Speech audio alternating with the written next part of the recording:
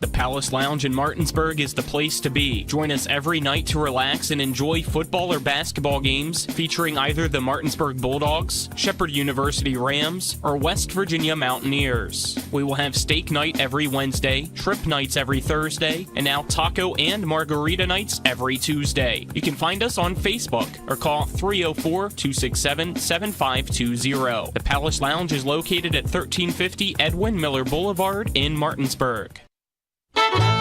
Mark Q's Plumbing and HVAC is here to solve your plumbing and heating problems while meeting your renovation needs. Now serving Berkeley, Jefferson, Hampshire, and Mineral counties. We're a family-owned and operated company that's fully licensed and insured. We can do kitchen and bathroom upgrades and remodels, plumbing, HVAC and light excavation, well pumps, water heaters, and drain clearing. Call 304-620-8013. Mark's Q's Plumbing and HVAC. We look forward to working with you. The following is a special sports broadcast presentation of Talk Radio WRNR Martinsburg. Play ball! It's time for the fun and excitement of West Virginia high school baseball. Today's game is being brought to you by Trips Flooring, Parsons Ford of Martinsburg, Burke Schultz Harmon and Jenkinson Personal Injury Attorneys, Farmers and Mechanics Insurance Companies, the Larry DeMarco team at Century 21 Modern Realty Results, Cody's Auto Body, Hagerstown Ford, Brown's Funeral Home and Cremation Trobert Fields & Sons, The Mansion Ferretti Law Firm, Floor Pools, Smallwood and Small Insurance, CMA Martinsburg and Winchester Dealerships, Skinner Accident and Injury Lawyers, The Palace Lounge, WVU Medicine Berkeley and Jefferson Medical Centers, the Mirius Group Ameriprise Financial Services LLC, and the Berkeley County Health Department. And now for the pregame show. Let's go out to the field and join our Talk Radio WRNR broadcast team.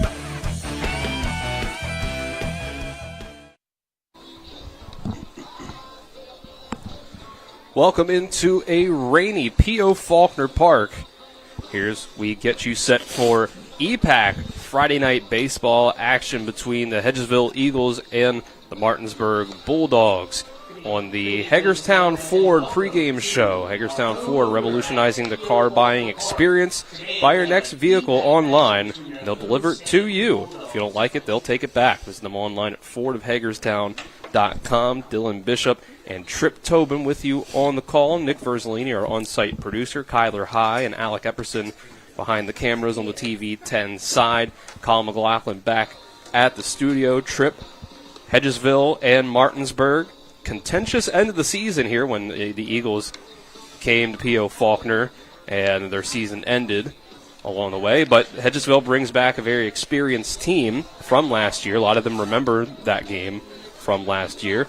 And Martinsburg more on the youthful side for their team, as they lost a good bit from last year. But I think it's still going to be a fascinating matchup, and it should make for good baseball.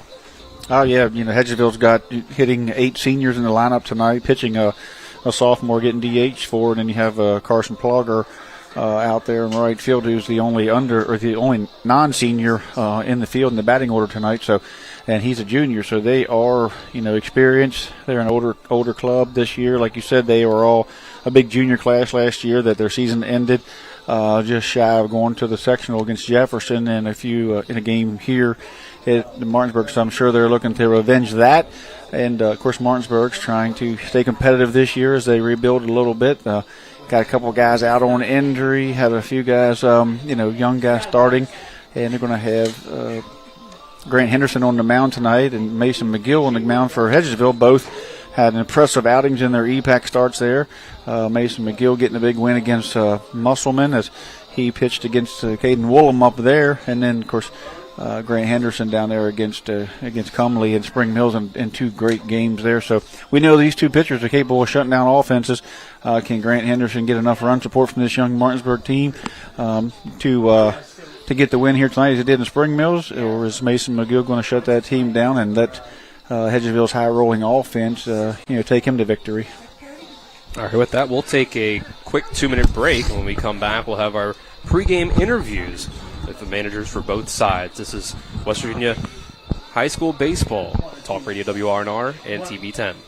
Brown's Funeral Home and Cremations, Robert Fields & Sons, hope to see you at the 28th Annual Eastern Panhandle Home Show on March 29th and 30th in the Martinsburg Roundhouse to learn about what they provide whenever a loved one has passed away. Their booth number is FS53, which is located just outside the silent auction. Brown's Funeral Home and Cremations is the trusted name in funeral services in Martinsburg, Inwood, and Charlestown Ranson. Are proudly serving the area since 1880 and are proud to be a part of the 28th Annual Eastern Panhandle Home Show. The Shenandoah Apple Blossom Festival is celebrating its 98th Field of Blooms. Queen Shenandoah Mary Claire Davis is ready to be welcomed to Winchester on Thursday at the Village at Orchard Ridge Queen's Dinner. On Friday, catch her in the royal coronation ceremony with all the pomp and circumstance.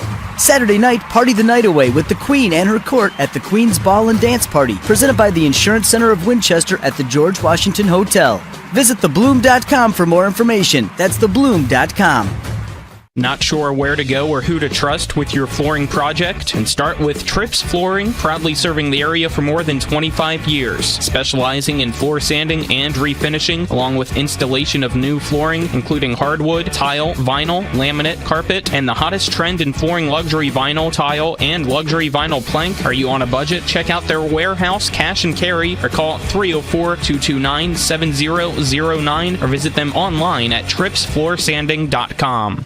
The thing I'm most passionate about with my clients is that 95% of them that come to me, they've never been in trouble in their lives. They've got careers, promising futures, things that matter. So thankfully, after it was all said and done, I had no DUI and I had no more stress facing me or my family. When you're on the fence whether to hire a DUI attorney, I always say that you really cannot afford not to. My name is Harley Wagner. My law practice has been exclusively focused on driving under the influence cases throughout the state of West Virginia. Welcome back inside P.O. Faulkner Park for the Hagerstown Ford pregame show. We'll get you our pregame interviews brought to you by Trips Flooring. Not sure where to go or who to trust for your flooring needs? Call Trips Flooring at 304-229-7009 or online at tripsfloorsanding.com. We're here with Coach Byler of the Martinsburg Bulldogs. Coach, you're throwing Grant Henderson out on the mound tonight. So how'd you feel from his last start against Spring Mills and having him go out here against the Eagles tonight? Oh, we're confident in Grant. I thought he threw the ball really well on last Friday night at Spring Mills. He got strike one after strike one all night, which, you know, if he gets strike one with the stuff that he has, he's got a good chance to be successful. And I thought we played pretty good defense behind him. We obviously didn't give him a whole lot of run support, but we only needed 2, so you know, sometimes that's what you got to do to win, and it'd probably be much like that tonight if we're going to win. And we got all the confidence in the world in Grant Henderson. So you've already experienced some of the up and downs of how a season can go, 2-2 here. How do you manage the locker room? You know, guys might go on a 2-game win streak, 2-game losing streak. And when we have the up and downs of those seasons, how do you make sure that the guys are focused and don't get too high or too low at any point? Well, we're young. I mean, we're really young and inexperienced and lack a whole lot of varsity experience. You know, for a lot of the guys tonight will be their first ever varsity, or second ever varsity EPAC Friday night. So, we just, we keep it light with them. We let them understand that we know that they're going to make mistakes. We only ask for 2 things, and that's 2 things they can control, and that's attitude and effort. So as long as they're playing the game hard and playing the game the right way and being good teammates, we're just going to coach them up and hope to get better every day. And I think we had a good day of practice yesterday, and I think they're excited for the opportunity here tonight. Hedgesville comes in here tonight with a little more experience, kind of like you just said. You guys are a young team this year. Based on what Hedgesville is bringing back and what you expect from them over there, how do you expect to approach tonight? Yeah, I mean, I think their entire lineup, including the DH, will be seniors, and they'll probably hit for Mason McGill, who's a sophomore. So, all the pressure's kind of on them. They're expected to have a big season with all the seniors that they have. So we're going to play, sometimes it's easier to be the underdog. So we're going to play free and easy. We're going to let it fly, and we know we have to play good baseball if we're going to be in the game tonight. I see at the top of your order here you got Christian Alter hitting leadoff, and that's kind of a spot that you hadn't had him in before. What made you go into putting a guy like Christian Alter, who probably has, if not the most experience, some of the most experience on the team, in that leadoff spot versus, say in 3, 4, 5 in the middle of the order? Yeah, I mean, Christian's a guy that works really hard. He's worked hard all off season. He's one of our better hitters. He's got a little bit of speed at the top, so if he gets on, he can kind of get around. You know, you like if the leadoff guy gets on, you like to be able to steal second so you don't have to bunt. So he gives us that opportunity, and the more bats we can get him, the better. So hit leadoff, and he's doing a great job so far. You had to say there's going to be one thing tonight that if your team does it well, that they'll get the win. What would you say that would be? Well, we have to win the free base game. You know, our last 2 losses, we've lost the free base game miserably. The Frankfurt game, Jameer Brown threw a great game, 72 pitches. He gave up 4 runs. I think he only gave up 1 hit. So that tells a story right there that we lost the free base game. So we are if you're looking for one thing tonight, we have to win the free base game if we want to win the baseball game. All right, Coach, thanks for the time. Good luck tonight. Thanks, Dylan. We're here with Coach Grove of the Hedgesville Eagles. Coach, 4th game in 4 days here, and it's a big one against Martinsburg on a Friday night, obviously. How do you approach a game like this where you have had 3 straight days? You know, even if you guys were able to win those games pretty handily, coming tonight here against Martinsburg where you have had those last 3 days of games. I think that the sort of the competition makes tonight's 4th game be a little different because we've been on the road for 5 games to start. That was kind of difficult, but we've also, trying to find a rhythm offensively. But I definitely think the pitching's been less the last few nights. So it's going to be a challenge for us tonight to kind of catch back up to speed of where, most of the EPAC teams are going to be. And but I feel good about, our lineup and our chemistry. We just got to see. We got to do it on the big stage. You do have a pretty experienced group here compared to last year at the very least. So what's that mean to you guys? That you have a good bit of continuity from last year to be able to come into this season? The continuity is good, and I think that kind of lends to how they've pretty cohesive group that's got along so far. And I mean, we haven't really faced any sort of real difficult test yet, but I think early in the year you don't want to make these games bigger than they are. We need to play the game the right way. And that the rest of it will take care of itself. But, our seniors lead us, and as they go, we've went through 6 games so far. So having that experienced group, that does mean there was a lot of guys here last year at the end of the season where there was, a good bit of, emotions running high at the end of the year. What have you said to, or what can you say to those guys that when it comes to, wiping the slate clean, leaving that behind you, and just focusing on what's new in this new season? You have to channel the energy the right way. You can be excited because it's, a rival game and all that, but it's really this early in the year and different spots in each program. It's hard to treat it like a pro or collegiate. Well, it's mainly a pro game, like where be with the team for 9 or 10 years and the coach be there 9 or 10 years. These kids got 2 to 3 years on the varsity team to get to do it. So it's a totally different Martinsburg team, and our team's a little different too because we had 6 seniors that left. Now we have even more seniors. So they should feel the sting of the way the season ended, but that shouldn't really dictate how they perform tonight, I wouldn't think, because we had success here at times last year, and we're hoping to carry that into a good season this year. Who are you throwing out on the mound tonight, and what can we expect from him? Mason McGill. If he throws strikes, I think we'll be fine. Locate his off-speed pitches. It's always a challenge, I guess, the first game on turf, especially if its conditions are a little bit wet. But if he throws strikes, I think he has a really good chance to win. His velocity's impressive for a sophomore, but it's all about location in this game. Good hitters are going to catch up to 85, maybe even 90 mile an hour, but it's how you locate will be how he performs tonight. And Martinsburg going to throw out there with Grant Henderson. What can you say about, what can you say to your guys about Grant when it comes to what their approach at the plate to be able to face him? He impressed me last year. I think it was a JV game he pitched against us, and he's the same type of kid when he throws a lot of strikes and has that velocity. You better attack early because you want to hit fastballs. When you take 2 fastballs and swing a curveball, it's not a path for success, and we do that sometimes. When we do that, we struggle, and it's just kind of hard to gauge with the pitching we faced so far this year. But when we faced 84 to 86 so far this year, we've struggled. So it's probably what we're going to be in for tonight, and we have to put that behind us and use the same offensive strategy that is successful in the other games. All right, Coach, thanks for the time. Good luck tonight. Yes, sir. And how about that timing as our coaches' interviews end? First batter steps into the box. Cash Dunham, left fielder number 12 for Hedgesville. First pitch from Grant Henderson. Flies right by his face for ball 1. Yeah, Grant come up and in on that first fastball. He was trying to come inside a little bit, but he got it up, and sort of a wake you up fastball there, first pitch of the game. We'll get you our starting lineups here in just a moment. Grant Henderson readies up on the mound. 1-0 comes in for strike one. You watch this Hedgesville team, they're 5-1. Beginning of the year, Cash Dunham was lower in the lineup, and he has hit his way into that leadoff spot. He's been on fire as of late, and he's earned his place here on the top of the lineup. Strike two comes in. Our first pitch is brought to you by the Marius Group and Ameriprise Financial Advisors John Everson and Phil McCoy. Stop by 1270 Winchester Avenue in Martinsburg or call 304-263-4343. 1-2 count. Cash Dunham at the top of the order for the Eagles. He will foul this one off the right side of the backstop. Starting battery for Martinsburg, Grant Henderson on the mound, Braden Fox behind the plate. And on the other side for Hedgesville, it'll be Mason McGill throwing to Trenton Canerium. Starting batteries brought to you by Cody's Auto Body, 851 Wilson Street in Martinsburg. Call them at 304-901-4777 or visit their Facebook page. Another 1-2 from Henderson is fouled back again. Cash was right on that. It's 1-2 pitch before was a curveball away. He just kind of fought it off there.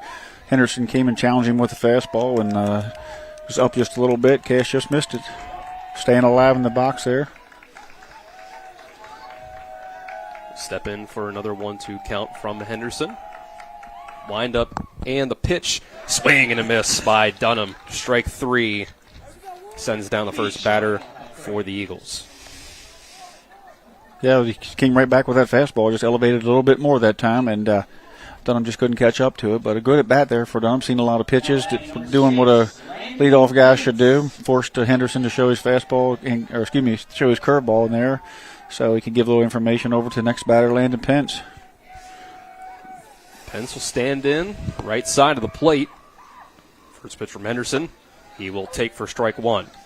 Starting lineups brought to you by Floor Pools. Make every day better with a hot tub or swimming pool. Floor Pools has locations in Martinsburg, Chambersburg, and Hagerstown. Will get you Hedgesville's after this next pitch. The 0-1 runs inside.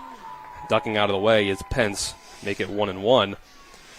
I started off with Cash Dunham, who just struck out in left field. Center fielder Landon Pence bats second. Then it's Brett Pedersen, the DH. Cleanup is Trenton Canerium at catcher. Mason Elliott at first base. Austin Manor at third, Evan Williams at second, Carson Plogger in right, and Noah Brown at shortstop is the lineup for the Eagles. Get you the lineup for the Bulldogs at the bottom of the inning as next pitch comes in away for ball two. Yeah, Henderson went trying to establish the inside there twice. Now he's come up and in. There, that fastball got away from him as he was just trying to paint the outside corner, but he got it over in the left-handed batter's box. Henderson lines and fires. Foul ball. Makes it 2-2. Top of the first inning is brought to you by Brown Funeral Homes and Cremations, Robert Fields & Sons, proudly serving our area since 1880. Rain's let up a little bit, but the turf in the outfield's still wet. The ball's still a little bit wet as you see the umpire kind of wiping it off there. And Grant gets a dry baseball here. Henderson with the 2-2. And it's another foul ball over towards the Hedgesville side at first base. Hedgesville doing a good job of not going down 1-2-3 pitches, forcing Henderson to throw pitches. Having 5-6 pitch at bats. That'll build the pitch count too, and that'll be a big factor here later in the game as well. Another 2-2, right down the middle. Strike three. Looking goes down. Landon Pence. 2 straight strikeouts to start out for Grant Henderson. Kind of set him up on that a little bit. I think he was thinking curveball there. Grant came with fastball, and thinking that maybe he would come with that curveball, and just got caught looking there just momentarily. Grant does have a good velocity, as does Mason McGill. So you're gonna have to be setting fastball, thinking fastball, and reacting to the off speed there, and he just caught Pence there looking. That'll bring up the DH Brett Pedersen. In the 3 spot, he's going to hit the first pitch on the ground towards second base into the glove of Christian Alter, who will throw it on to first. And it's a 1-2-3 inning for Grant Henderson to start things out here from P.O. Faulkner Park. No score after half an inning. Take a 1-minute break. We'll be back with more EPAC baseball on Talk Radio WRNR and TV 10. At Carter Myers Automotive, what we do today will tomorrow become what we've done. That's why Owners Just Do More no longer defines us. our work is never done because what we live by doesn't have a finish line. We care. Our company of owners is moving lives forward every day by finding more ways to care before, during, and after your purchase. Because when you're happy, so are we. Carter Myers Automotive. Proud to be the owners who just care more. After a car accident, what do you get when you call Mansion Ferretti? You get more experience from a local law firm with over 115 years of combined service. More respect from a team who treats clients like their own family. And more fight, because we want you to get every dollar you deserve. Experience, respect, results. If you've been injured, that's what you want in your lawyer. And that's what you'll get when you call us. Car accident? Get more with Mansion Ferretti. 304-264-8505. Welcome back to P.O. Faulkner Park. Bottom of the first here coming up. Martinsburg will come to the plate for the first time against Mason McGill, taking the mound, the lefty, for the Hedgesville Eagles. Their starting lineup for the Bulldogs will look like this. They will lead off with Christian Alter at second base. Number 4, Grant Henderson, the pitcher, bats second. Then it's Jameer Brown at shortstop. First baseman Bradley Loper hits cleanup. Then it's Jacob Blosser in left field hitting fifth. In the 6th spot, it's Silas Zarnecki hitting 6th at third base. In the 7th spot, the DH Braden Armalt. And in the 8th spot, catcher Braden Fox. And rounding things out will be center fielder number 19, R.J. Brown. Well, you've seen in the coach's interview, you talked to Coach Grove that they've scored, 45 runs in the last 3 days. But he did say that the pitching was a little bit off and that they would need to catch back up to speed. So, it doesn't totally surprise us that some very good hitters there in the Hedgesville lineup, went down swinging or, grounded out there as they seen, a little bit of velocity there, as Coach Grove said. So expect those guys to adjust, to catch up here quickly. And top of that lineup can be really trouble for opposing pitchers, as we've seen that 5-1 record in that offense that they can put out there. I mean, they have scored some runs this year in those 6 games, so don't expect them to go down 1, 2, 3 too many times. So it's a great job for Grant. Says a lot about him and where he's at this season as well. Already able to do that. So just a great matchup. We knew it was going to be a great matchup, Henderson and McGill against these two lineups. As you mentioned there, Tripp, and as Coach Grove mentioned that this is their 4th game in 4 days. Those 3 games in the last 3 days was on Tuesday they went to Hampshire and won 12-0. Then on Wednesday went to St. James and won 22-0. And then yesterday, home game, they were able to defeat Berkeley Springs 11-1.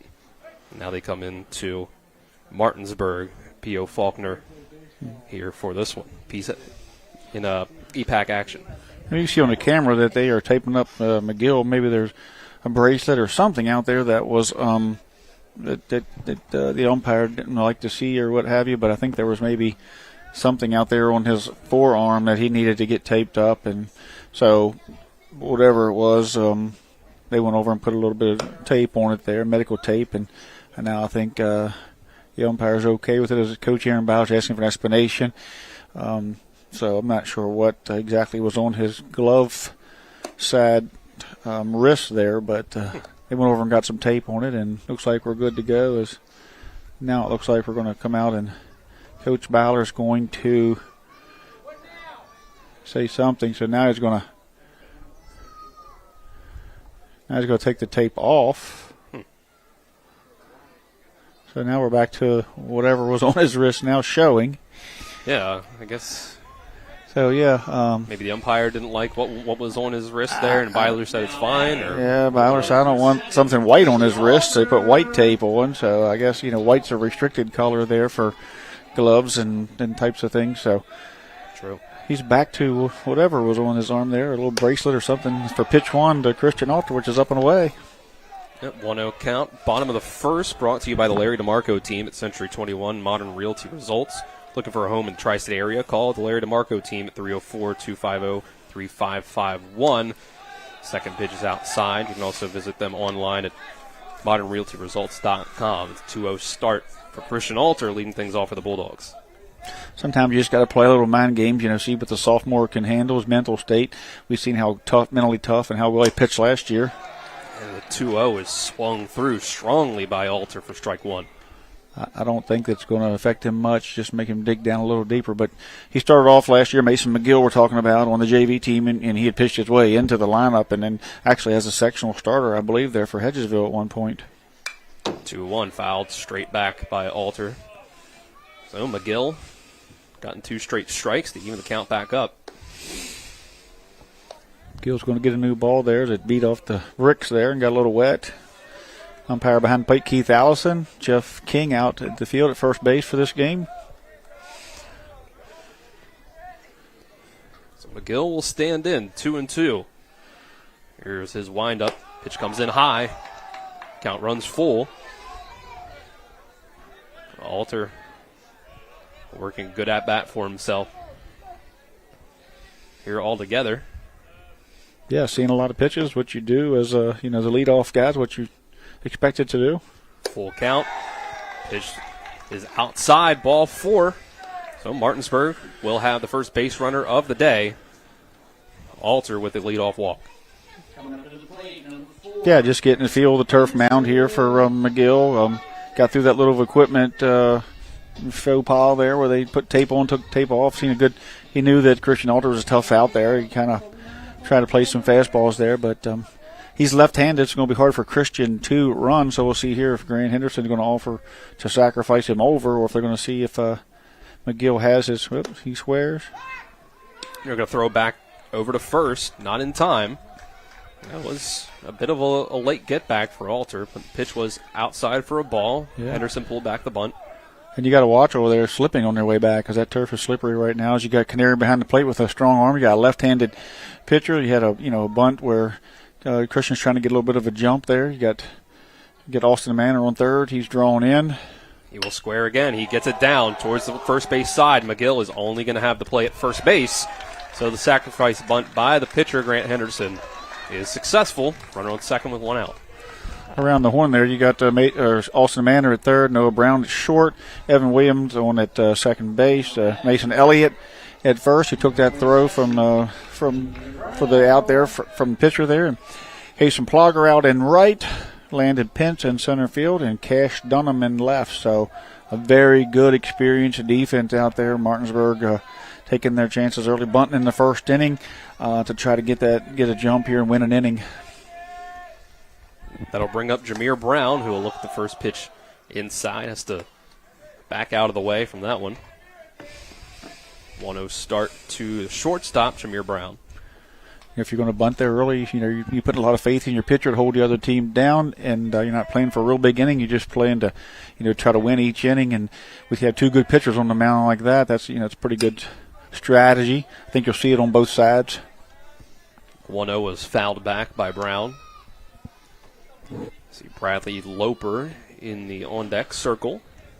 First baseman Jacob Blosser to follow if Martinsburg is able to continue the inning that far. Christian Alter takes a short lead off of second base. McGill turns back to look at him. Second baseman return to his spot, and next pitch comes inside.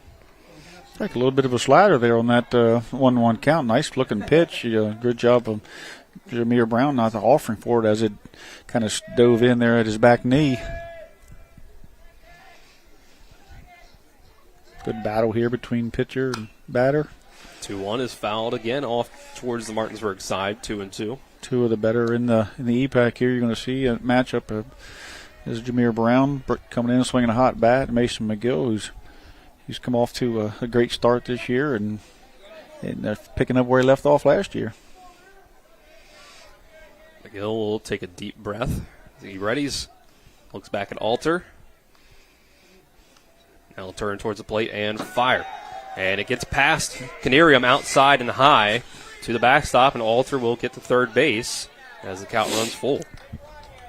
So that's how it makes the bunt real big now, because now you got a man on third. Anything that when you're on second, anything to the right side, anything that gets away from the catcher, whatever, puts you at third. Now, Jameer Brown has to do is put the ball in play as first baseman's up, everyone else is back. So unless it's a hard hit ground ball that a pitcher or the first base side, a ground ball would score Christian Alter. Full count pitch. Another one fouled back by Brown. Second full count there. Pitch count for McGill in 3 batters for Martinsburg. So his pitch count will rise. Martinsburg doing a good job of pushing his numbers up. That, like you said, later in the game, fourth, fifth, sixth inning, started climbing that 60, 70, 80 mark. Coaches have to make decisions on how far they're going to go with these guys. Alter takes a short lead off a third. Another full count pitch from McGill. It will be outside, and it hits off the glove of Canarium. Coming home is Alter. He will slide in safe. Brown gets the first on the walk. Now he's going to go for second base. Throw down by Canarium in time to get Jameer Brown out. So it's an odd way to get a sacrifice in the end, you could say. Hedgesville does get an out in the trade, but Martinsburg's up 1-0. Yeah, he took off for a second there, and they're not sure, but he got thrown out by a step or two there, and great throw there by Canarium, and good heads up. I think Jameer thought he might catch him sleeping as the run come across, and good heads up play there by Canarium to come up throwing as Hedgesville was covering the bag. Sometimes when a pass ball like that, a guy scores, the infield will crash for the throw back to the pitcher, and maybe Jameer was expecting that, but they got back and played it well. Bradley Loper, lefty, takes strike one from McGill. And Brown perhaps underestimated just how well the throw was going to be from Canarium. It needed to be a great throw, and it was. Here's the 0-1, swing and a miss by Loper. Lefty on lefty here, big curveball curving away from Loper, who's got himself down 0-2. Down in Jefferson, Jefferson County, Jefferson's up 8-1 in the middle of the fourth as Jefferson has chased Jackson Earl from the mound, and now they're up 8-1. And it's a 3-pitch strikeout to end the inning. Loper chases the high fastball. The Bulldogs get on the board with 1 run. Christian Alter's leadoff walk leads him to come around and give the Bulldogs a 1-0 lead after 1 full inning. We'll take a 1-minute break and be back with the second. It's EPAC Baseball and Talk Radio WRNR and TV 10. When you're looking for the perfect gift, look no further than L.A. Roberts Jewelers at 146 North Queen Street in downtown Martinsburg. Choose from a huge selection of unique items, from the finest diamonds that make your eyes sparkle to exquisite timepieces, figurines, and collectibles. Buying from L.A. Roberts Jewelers means that you've made the decision to do business with people who've excelled in the industry for more than 100 years. They'll be here tomorrow when you need them, and if you need your jewelry or your watch repaired, they'll do that too. L.A. Roberts in downtown Martinsburg. Old World Jewelers for a new age. Providing reliable protection since 1877, we are Farmers and Mechanic Insurance Companies. For over a century, we have been dedicated to provide dependable insurance protection and excellent customer service. We specialize in auto, home, farm, and business insurance. Our products are backed with personal, hands-on service. You can trust us to protect what matters most to you. For all of your insurance needs, there's Farmers and Mechanics Insurance Companies.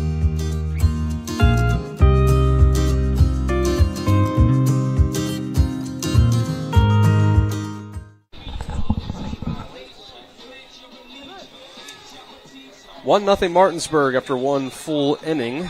Go to the top of the second, brought to you by the personal injury attorneys Burke, Schultz, Harmon, and Jenkinson. Visit burkeandschultz.com. We play hardball up here in the press box. Birthday wishes being sent out tonight to Josiah Corwin Roach. So 1-2-3 inning from Grant Henderson. At the top of the first.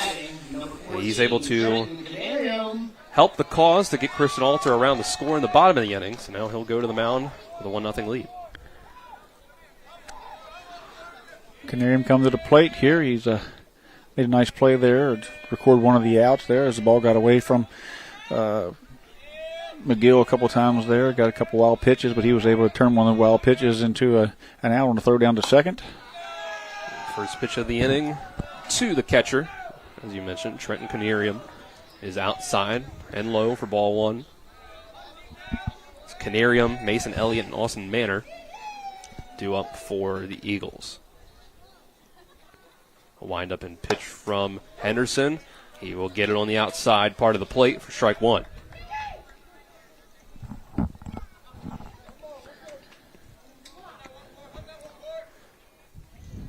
Pitcher steps back in, gets his sign from Braden Fox behind the plate, and throws, swing and miss from Canarium for strike 2.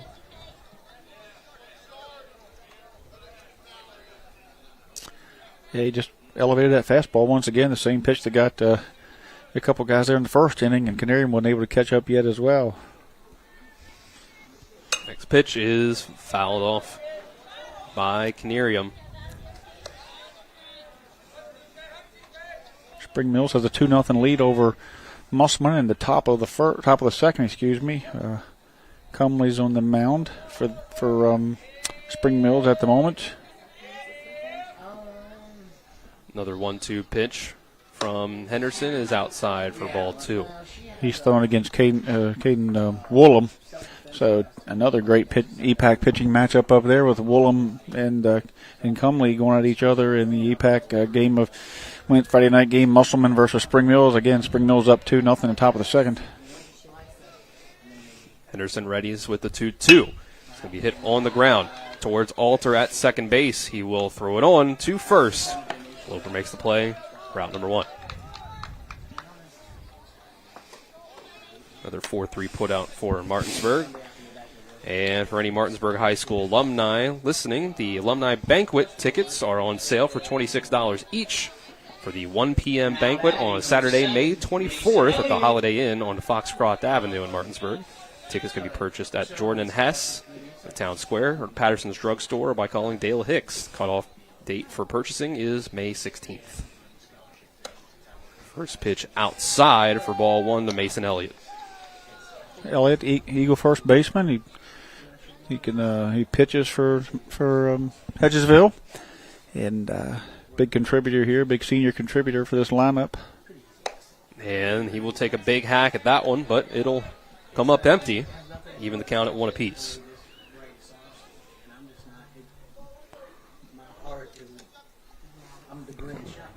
Elliott steps back in, the 1-1. That one will come in low for ball 2. Elliott at the plate, similar stance as Landon Pinch. They kind of get over the plate a little bit like Pete Rose does, get their nose down on the ball, hands short to the baseball. Not a lot of coil there, just kind of straight to the baseball. Good load. He's going to foul this one straight back. Keep it simple. Put your nose on the baseball. Don't take your hands away much, and then attack the fastballs. Elliott's got that back foot right on the line to the back of the batter's box. That has a lot to do with, Henderson's velocity. And like Coach Grove said, they haven't seen a lot of velocity the last couple nights, so it might take a time through 2 there to kind of get that timed up a little bit. Hedgesville looking to try to catch up to it earlier than the second time through. 2-2 just off the outside corner. Henderson thought he had him. Yeah, Fox could have possibly pulled that one in there a little bit, kind of maybe crossed him up a little bit because Fox reached out across his body there and maybe not expecting it there, but certainly kind of carried it out of the strike zone a little bit there. Catcher Fox, only a sophomore this year. And that pitch before was bringing it to 3-2, and this next one's outside and low for ball 4. The first base runner of the day for Hedgesville. Puts Mason Elliott on first with 1 out for Austin Manor to come to the plate. Hedgesville's first base runner there came via the walk, similar to Martinsburg. So now we see what Hedgesville decides to do here, whether they're going to maybe try to advance a runner about either through stealing or maybe hit and run or possibly sacrifice, depending on there is 1 out, so look for them to probably play it pretty straight up. If anything, a straight steal. Zarnecki from Martinsburg playing third is going to pull up a step or 2. Strike 1 will come across the plate as Manor watches it go. Martinsburg goes across the infield. Zarnecki, Brown, Christian Alter, and Loper at first. Not used to saying Christian Alter at second. Right, me neither. And then you have Blosser, Brown, and Caleb Deeds from left to right in the outfield as the next pitch is a breaking ball that bounces in front of Braden Fox behind the plate. Good job of Braden there to if we're going to talk about one that got away, we're going to talk about the good ones too as well. He does a great job there keeping him at first. But R.J. Brown in center, Jameer Brown in at short. So for everybody who's not familiar. Here's a 1-1. It's going to be hit on the ground again towards Alter. He's not going to have a play for 2, but he's just going to go on to first base. So he does move him up.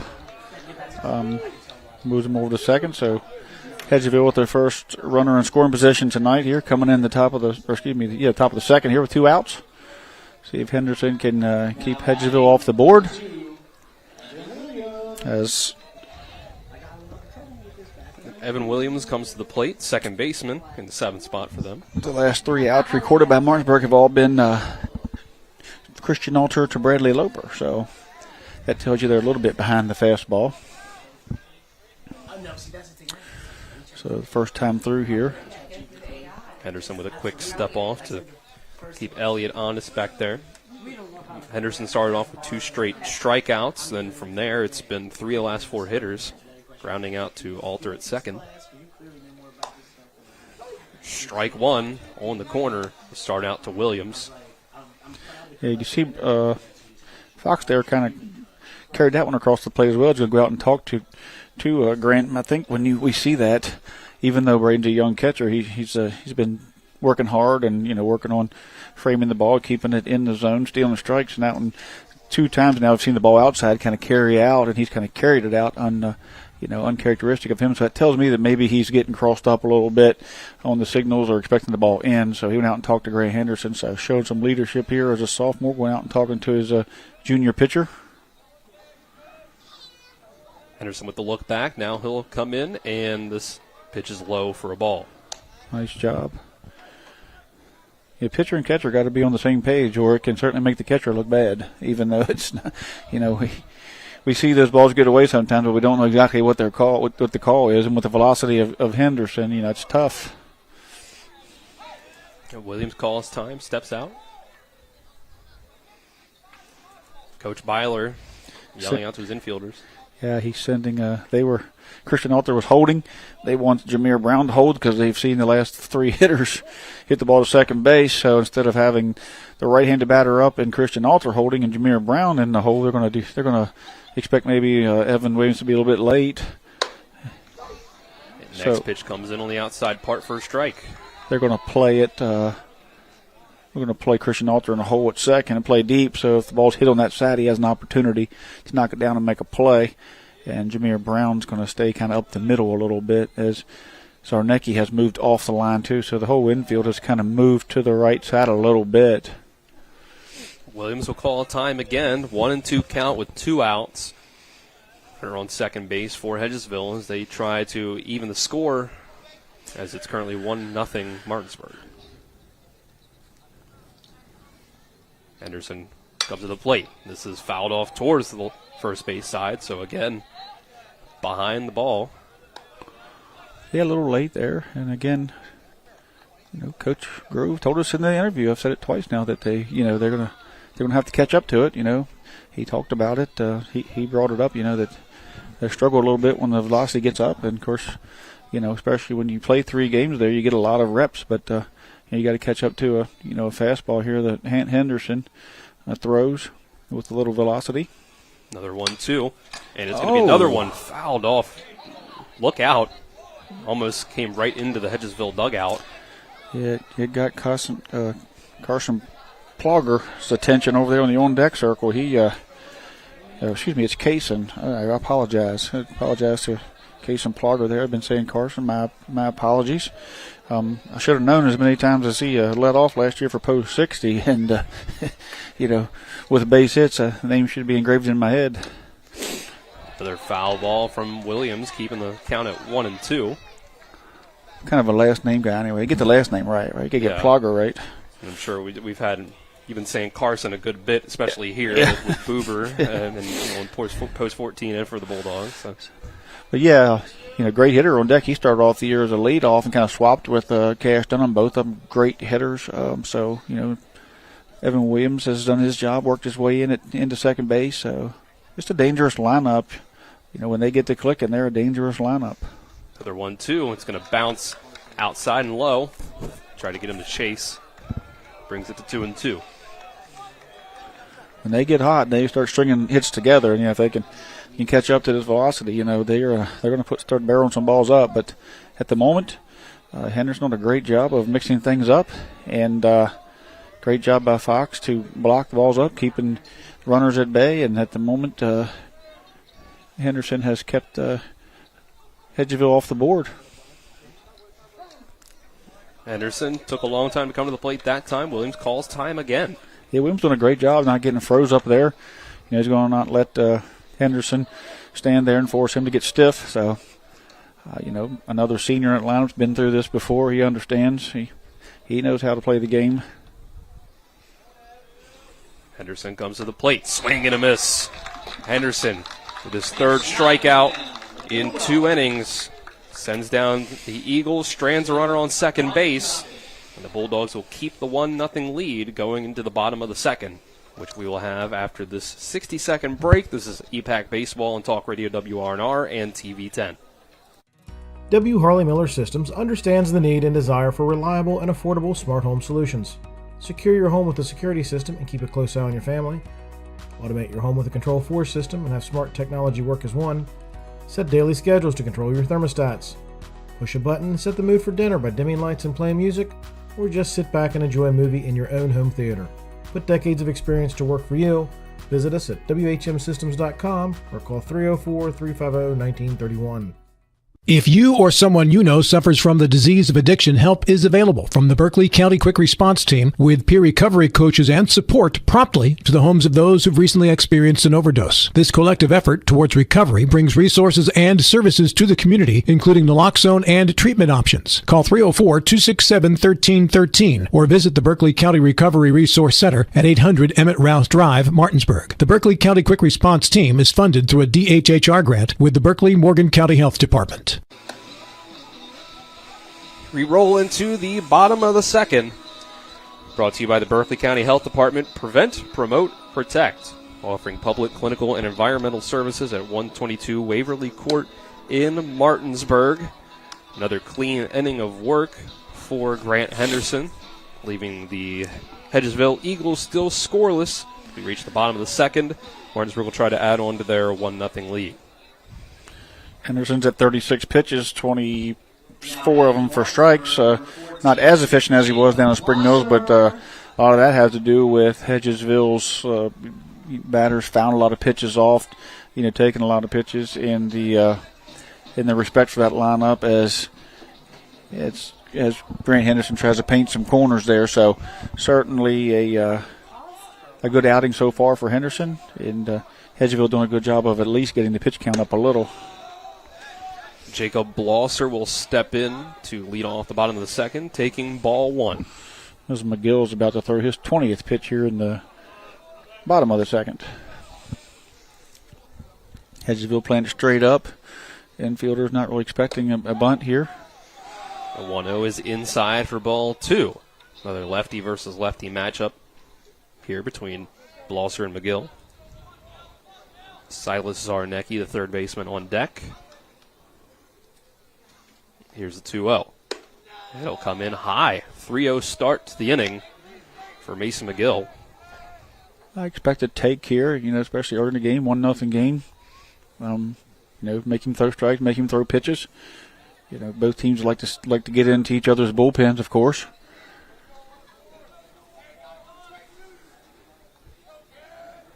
.30 pitch. McGill will get it right down the middle. Get the first strike up on the board for the inning. The automatic 3-0 strike. But that was a strike. That's what you're hoping for at the very least. Nick's going to give us some NCAA updates here later. Sweet 16 action ongoing as we sit here. P.O. Faulkner, 3-2 as the second pitch in a row for strike comes in. Running the count full. McGill gets back into the count.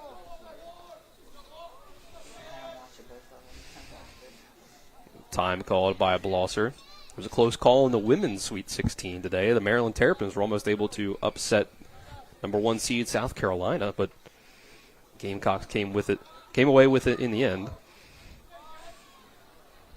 Here's a full count pitch. Called strike 3 on the outside corner. Don't know how much Blosser liked the call, but that's strike 3 to start the inning. No matter what Blosser likes, it's what umpire Keith likes, right? Yep. Good pitch there. He painted the corner. Might be able to call it a 50-50 pitch, but he was right there on the black, it looked like, on this side. And great pitch there as a lefty as the ball was tailing away from lefty, and it's where it crosses the plate at. So called strike 3. It's a great job by Mason McGill after falling behind 3-0, come back with 3 straight strikes. And here he comes with the ball in the dirt to Zarnecki. So Martinsburg got Zarnecki to the plate with the 1-0 count. Again, the infield's kind of playing it straight up. This time, third baseman Austin Manners up a bit. Zarnecki will take the 1-0 on the inside part of the plate for strike 1. Zarnecki's been doing a great job as a sophomore over at third base, plus not just defensively, but offensively as well. Been a little bit of a surprise. He's been able to get some pretty good bat on the ball here early in the season. Was a big factor in the Spring Mills win with the base hit coming around to score. 1-1 hit for a foul ball over towards softball fields, where it looks like, I can't tell if that's 4-2 or 14-2. It's 14. That's what I thought. Just something. I have to double check, as 1-2 pitch is high and inside for 2-2 count now. To do a double take when you look at it and see a score like that over on the softball field. Over here, it's 1-0 Martinsburg. 2-2 count is going to be hit line right up the middle, just over the glove of McGill and into center field. We have our first hit of the day for Silas Zarnecki. First hit for either side. And Martinsburg was able to get a run across without a hit in the first inning. Yeah, nice job. Zarnecki's been doing his job all year long. He's been a pleasant surprise here. He's no varsity experience up to this point, but has come out and did his job, and certainly has contributed offensively and defensively. Not much, couldn't ask for much more out of the young man. First pitch of the next at bat, Braden Armalt takes strike 1 on the inside part of the plate. Designated hitter for the Bulldogs. He's hitting for Caleb Deeds, the right fielder. Not sure exactly. It's pretty. He puts the bat on the ball pretty well, but McGill lets you swing through a few. So a very good time to hit and run with the big man. But the issue here is do you worry about him swinging through and erasing the runner that you have? Because McGill does hold runners as a lefty really well. Hit and run here might keep you out of the double play and open up some holes. But at the moment, the way McGill's pitching, you might be a little nervous to call that. The 0-1 came inside. The 1-1 pitch just now is fouled off towards the right side. The backstop. 1-2 count to Armalt. Zarnecki on first base. He'll take his lead. Short one. McGill keeping him honest. And here's the pitch. Can be hit on the ground. Chopper to shortstop. Noah Brown gets one. Throw to second base on a hop. Not grabbed into the glove by Mason Elliott. It would have been in time, but it had one hopped over to him. Just popped out of the glove, so it's a fielder's choice in the end. Yeah, that was the fear there. You get the ball in play there, you might run into a double play. Good job by Zarnecki as he slid straight to the bag. There was a little bit of a contact with him and Evan Williams, but totally legal there, nothing malicious. It was just enough, this wet turf, to have Evan dunk the ball a little bit. Still one hopped over, and Elliott almost had a shot at it. Would have been a double play, but came out as we see Braden Fox take a cut here to make it 0-1 as he comes in hitting for himself tonight. So the Bulldogs have traded places with their runner at first base. There's 2 outs now, and the 0-1 is fouled over the Hedgesville dugout for strike 2. Chance for McGill to get out of the inning clean here with one more strike. They've been DHing for Fox, good many games this year, so here's his opportunity to show what he can do offensively. You get your shots, you got to show what you know and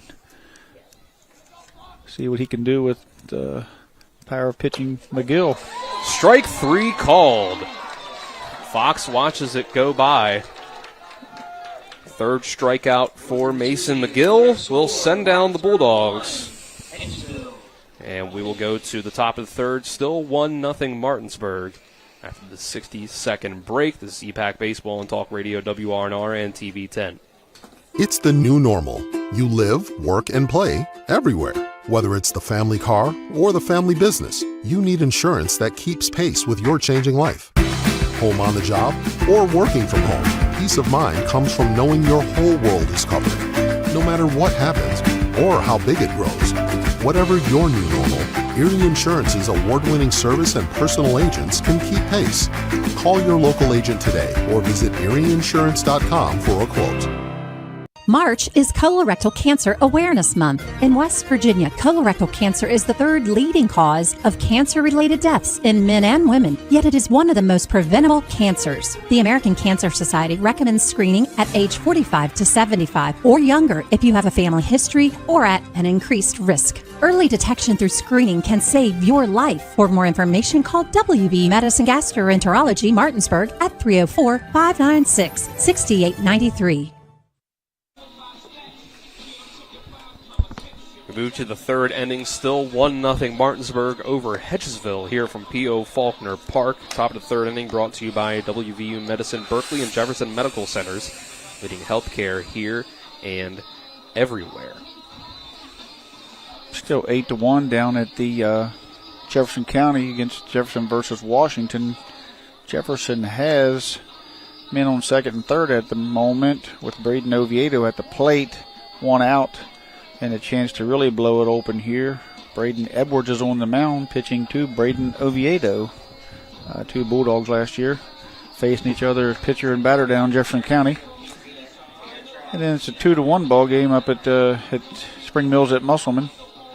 And it looks like now that we're going to the top of the third, 2-1. It'll be Grant Henderson starting his third inning of work. Given up one walk and no hits so far, 2 strikeouts. Let's see what he can do against the 8-9-1 hitters for Hedgesville. Big shout out to Seth Kisner. Musselman's one run came on a home run by Seth Kisner tonight. So home run, so congratulations there. And a big shout out to Seth Kisner of Musselman. Jacob Cumley on the mound. Yeah, Jacob Cumley on the mound, so no, it's the only hit he's given up. And Anders has 2 hits for Spring Mill. Sweeney has a hit, and Trumpauer has a hit for their 4 hits. So back to Martinsburg, and Hedgesville here is, looks like we're going to have the number 8 batter, Kason Plogger. He's going to take the first pitch of that bat low and a little outside for ball 1.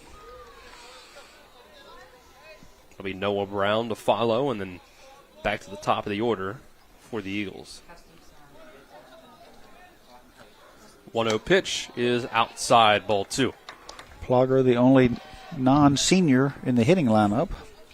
All seniors around him in the lineup. He's the only junior. Hedgesville's JV team looked very good, similar to how Martinsburg's JV team looked last year. A lot of those guys moved up for playing here. We'll see some of that next year for Hedgesville too, as these 8 seniors will graduate. 2-0 is lined again over towards the Hedgesville dugout. Yeah, Hedgesville's late tonight, and better keep your eyes open in that Hedgesville dugout. It's twice now. There's no protection there, and twice that ball shot in there, and it, so they better keep their eyes on the ball over there, as the velocity of Henderson and the late bats of Hedgesville here so far has caused the ball to run in there twice.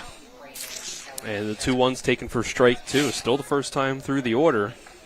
So we'll see if they have any more success second time through against Henderson. But so far they've not been able to handle the velocity, as there's another foul ball, this time straight back.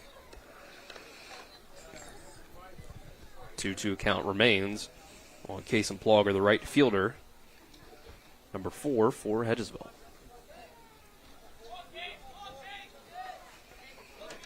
One base runner so far for Hedgesville, and it was a Mason Elliott walk. A wind up and throw from Henderson comes in low. just missed there. Full count. He wanted it and just missed. See if he can regather his adrenaline there and calm down and reset himself after he didn't get that call. He's going to step off, and good job there by Grant, showing some mound presence. 3-2 count, leadoff batter. You don't want to walk the leadoff batter. You want to pitch the contact here. He didn't like the call. He's going to step back off and get a new signal. He likes it. He's going to come set here.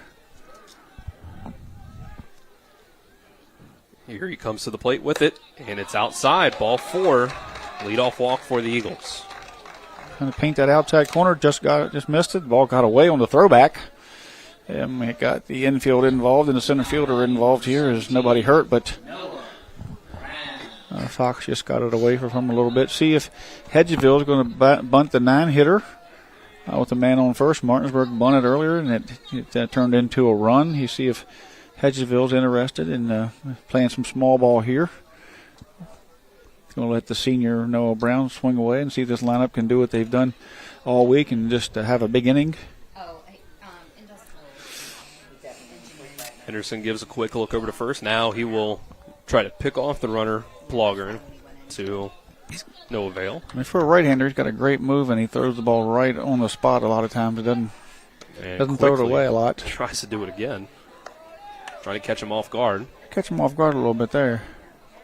Try to catch him off guard, sneaking off. One step off.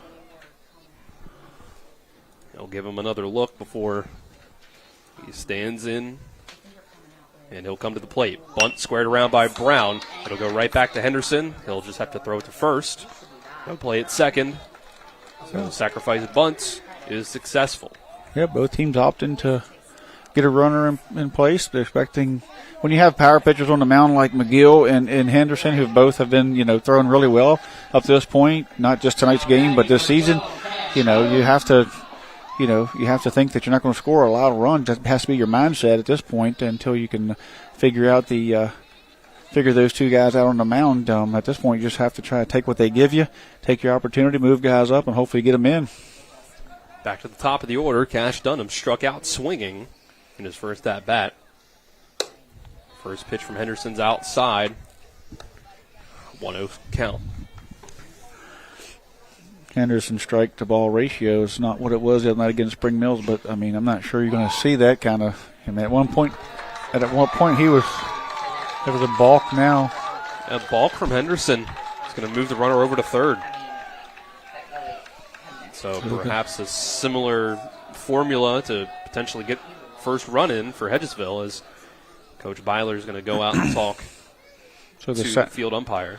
The sack bunt moves him to second, and then for Hedgesville, it was a pass ball that got a man to third. Here is a balk that gets a man to third, and Coach Ballard is going to ask for explanation as Grant Henderson does have a little bit of a different look out there when he's in the stretch and they're lined up. So clarification from Jeff King to Coach Byler. He's told the pitcher what he's done wrong, what he expects him. What not to do. And so we're going to move on here. Now we have one out at top of the lineup up here for Hedgesville, and all they really need to do is put it in play as they're going to opt to put the corners up.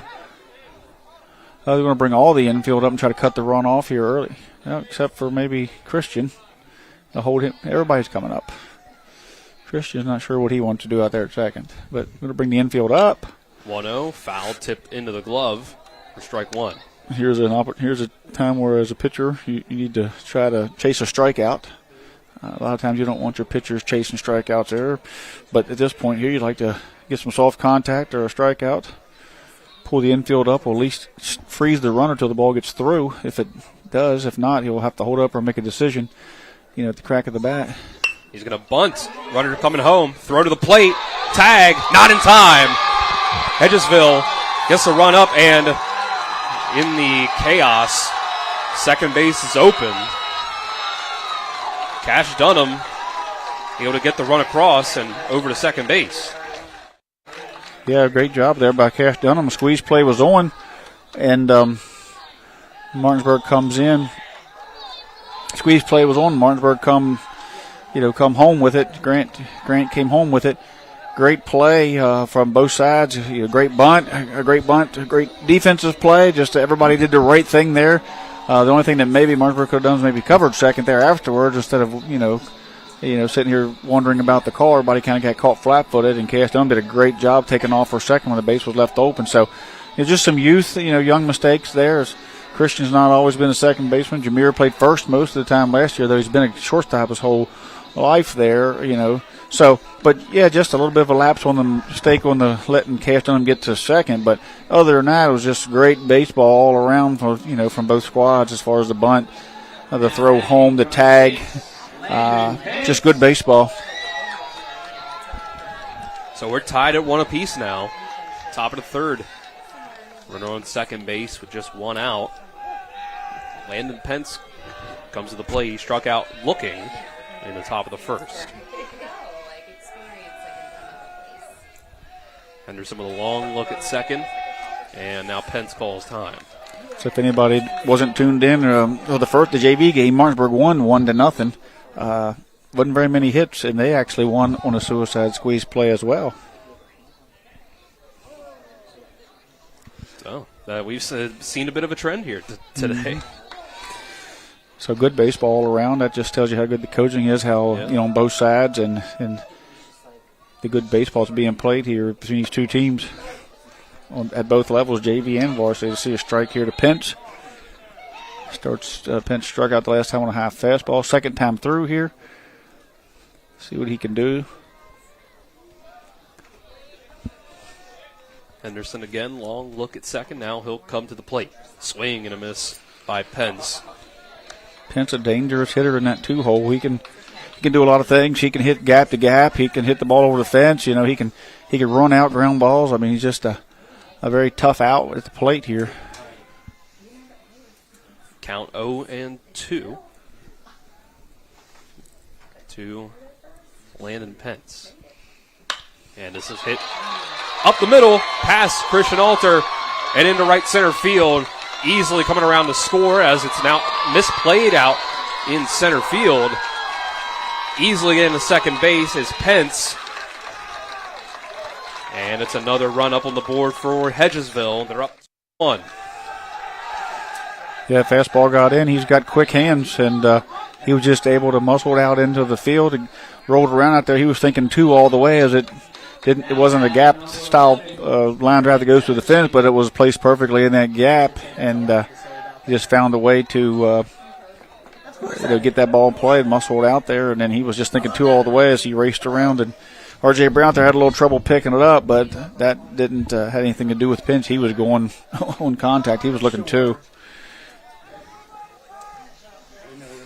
Brings up a dangerous hitter here in Pedersen, who's homered this year. Hedgesville's been able to get 2 up on the board on Henderson after not having a hit in the first 2 innings and only having 1 base runner total. Yeah, the leadoff walk always kind of beats you up. Then you get the crowd into it, you get the dugout into it. Friday night EPAC baseball, you get the heart to pounding, get the adrenaline pumping. First pitch outside for ball 1 to Pedersen. Grounded out to second base. First time up, he's going to hit this one over to Henderson, who's going to go to third base. It's off the glove of Zarnecki. They're going to roll into left field, and it's going to be another run for the Eagles. Another runner gets to second base, and now the Eagles are up 3-1. Yeah, it was the right play. I mean, he threw to third. He threw it on target. I think Zarnecki tried to make the tag prior to catching the ball, and that cost Martinsburg there. Instead of being 2 outs and a man on first and a 2-1 ball game, now we have the 3-1 ball game, 1 out man on second as the ball got away. It was going to be a close play, but certainly the throw was there in time. Good smart play by Henderson. Zarnecki just didn't come up with that play. Young sophomore over there in a big spot. That'll bring up Trenton Canarium in the cleanup spot. As seen a big shift as the sun has gone down in this half inning. We've gone from Martinsburg up 1-0 to now down by 2. Have to see how Henderson handles this, as a lot of little things have went Hedgesville's way here. Swing and a miss. Well, foul tipped just barely into the glove to start the at-bat, 0-1. Had a walk, a sacrifice, a balk, a squeeze play that ended up with a run scored, a man on second, a base hit, and now an error that has Hedgesville continuing to trade places with guys at second. Swing and a miss, but the ball bounces off of Braden Fox, and he's going to allow the runner to move to third base. You hear the crowd saying, "Put the ball in play." That's really what he just needs to do to get another run here. If Martinsburg has opted now to stay back, and you try to make a play here and stay out of the bigger innings, see if they're going to come up. Now that it's a 3-run game, or excuse me, a 2-run game, we're going to bring it up as before, make it a little easier for Canarium to push it through the infield. 0-2 count faced by Canarium.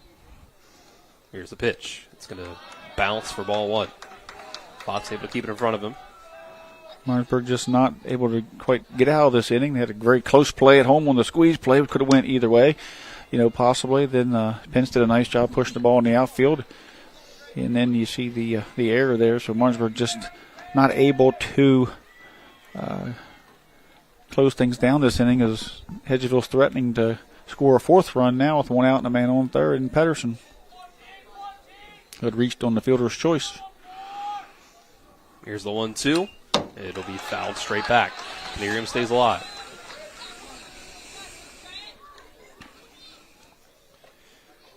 Canarium grounded out in the second inning over to second base, as many in the heart of the order did for Hedgesville first time through.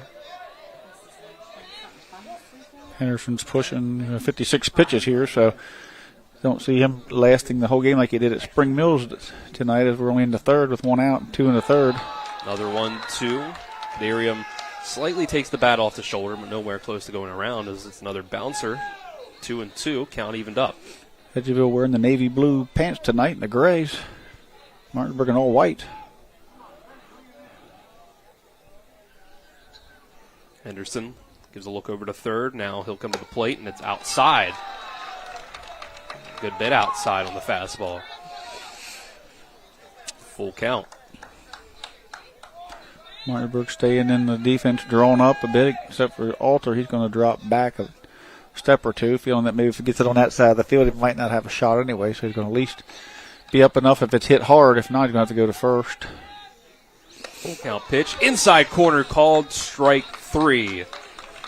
Sends down Canarium and finally gets Martinsburg that second out. That'll be the 4th strikeout for Henderson.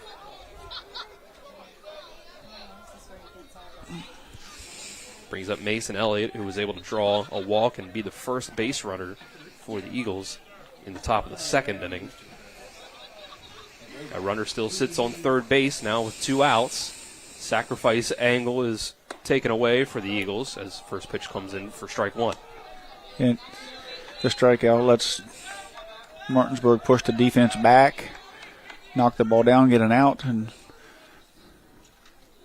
Pedersen's still on third, looking to score here. He's coming down the line there, looking for a pass ball, anything to squib away. The 0-1 comes in low. Count back even. Henderson looking to put an end to this inning that has seen Hedgesville get 1 hit, and so far, but score 3 runs. 1-1 is just outside for ball 2. 2-1 count, 2 outs in this 3-run inning for Hedgesville to take a 3-1 lead. They can add to it by getting this runner from third home. And there's one that bounces past Fox. Runner comes to the plate and steps on home plate for the 4th run for Hedgesville. Brett Pedersen comes across, and now the Eagles lead by 3. Yeah, that's what he was looking for there. As he kept creeping down the line, he was going to try to get on any way at all. 2 outs, he was going to take a shot at it there. And that one got away, hit hard. You could probably hear it in the camera, in the broadcast, as it bounced off that hard Bulldog sign back there and come back. And Pedersen was just on the run, he beat the pitcher there, and no getting him out. He read it well. Base is cleared now, 2 outs. 4-1 lead here from Hedgesville.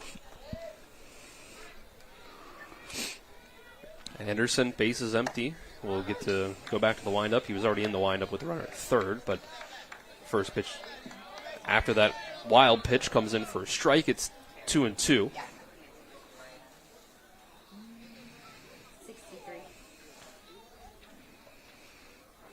Another pitch coming in from Henderson will be outside, ball 4. Third walk given up by Henderson in as many innings.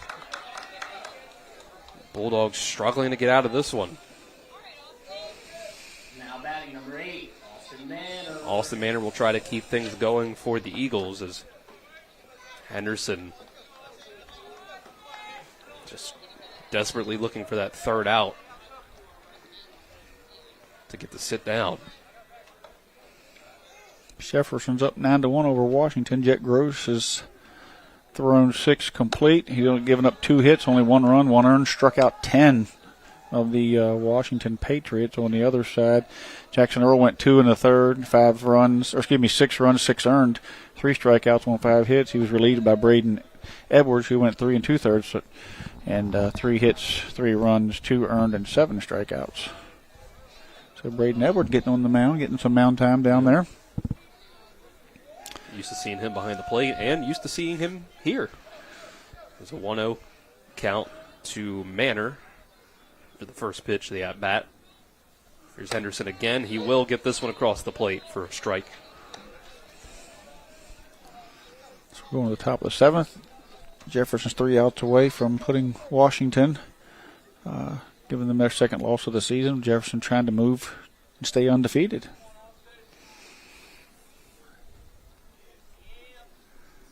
Comes Henderson with the 1-1. Swung on and missed by Manor. 1-2 count, 2 outs, runner on first. Henderson trying to finally get out of this 4-run inning that has put the Eagles up by a score of 4-1. Henderson gives a nod. Time not given to Manor. He was looking for it.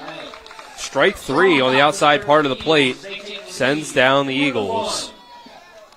And they'll finally get the Bulldogs out of the inning after 4 runs are scored by Hedgesville to put them up on top by 3 runs, 4-1. So with that, we'll go to the bottom of the third, and the Bulldogs will try to cut back into this deficit that they now have. After this 1-minute break, this is EPAC Baseball on Talk Radio WRNR and TV 10. Hey, it's Cody from Cody's Auto Body. You're a potty mouth. But we do a really great job fixing cars after an accident. I know, but you're still a potty mouth. I'm possibly the best friend you could ever have. You are, but potty mouth.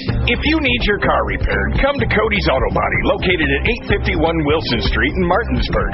Because that's Cody's with a T for f***ing trust. See? Potty mouth. Leave me alone. With 4 new car dealerships and 4 used car dealerships in 3 states, Parsons is the largest used car and fastest growing new car dealer in the tri-state area. Take Parsons Ford with huge savings on hundreds of new Fords, financing from 0%, Parsons' goal of financing for all, and Parsons' famous above-market trade-in allowances that help make Parsons #1 for used cars too. See why so many won't buy anywhere but Parsons Ford in Martinsburg. We became #1 by making you #1 first. Parsons. Bottom of the third inning here from P.O. Faulkner Park after Hedgesville has swung things completely in their direction in the top of the third, taking a 4-1 lead. Bottom of the third is brought to you by Farmers and Mechanics Insurance, reliable coverage since 1877. Call 304-263-0809 for a quote today or visit fmiwv.com. Dylan Bishop and Trip Tobin with you on the call. Nick Verzolini is our on-site producer. Kyler High and Alec Epperson behind the cameras. Colin McLaughlin back at the studio. And Trip, that was a brutal ending for Martinsburg. Giving up 4 runs on only a couple hits, 2 hits, I think. Yeah, you start off with a walk, and then you get them sacrificed over. You think it's it's going to be Hedgesville playing for one run. Then they get the balk, and then they get the squeeze play, and that's where things kind of went downhill as Hedgesville put pressure on Martinsburg in all ways there, and then you get the base hit by Pence, and that really started the momentum shift. And then the ball that got away over there at third on the ground ball back, so you can't give this Hedgesville team more than 3 outs an inning for sure. They'll hurt you. They can put runs up, they can run bases, they can sacrifice. They've showed us they'll squeeze, and they'll do what they have to do, hit balls behind the runner, hit behind the runners to move things up. So you're gonna have to play a near perfect game as a young Martinsburg team. If you're going to stay in with the experience of Hedgesville, and then also you got to deal with, Mason McGill on the mound trying to solve that mystery and put, multiple runs up.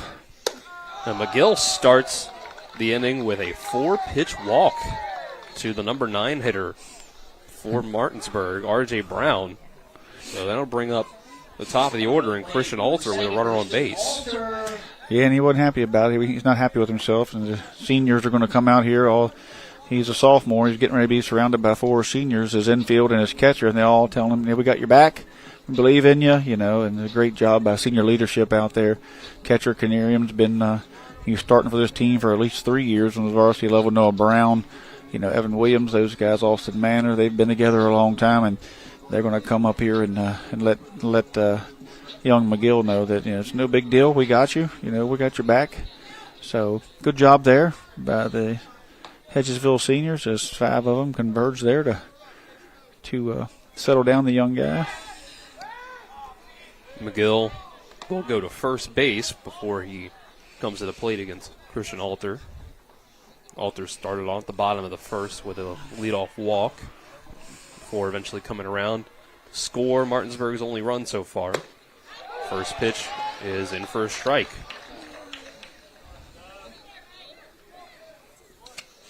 McGill, through 2 innings of work, has only given up 1 hit, 3 walks, giving up that 1 run and 3 strikeouts.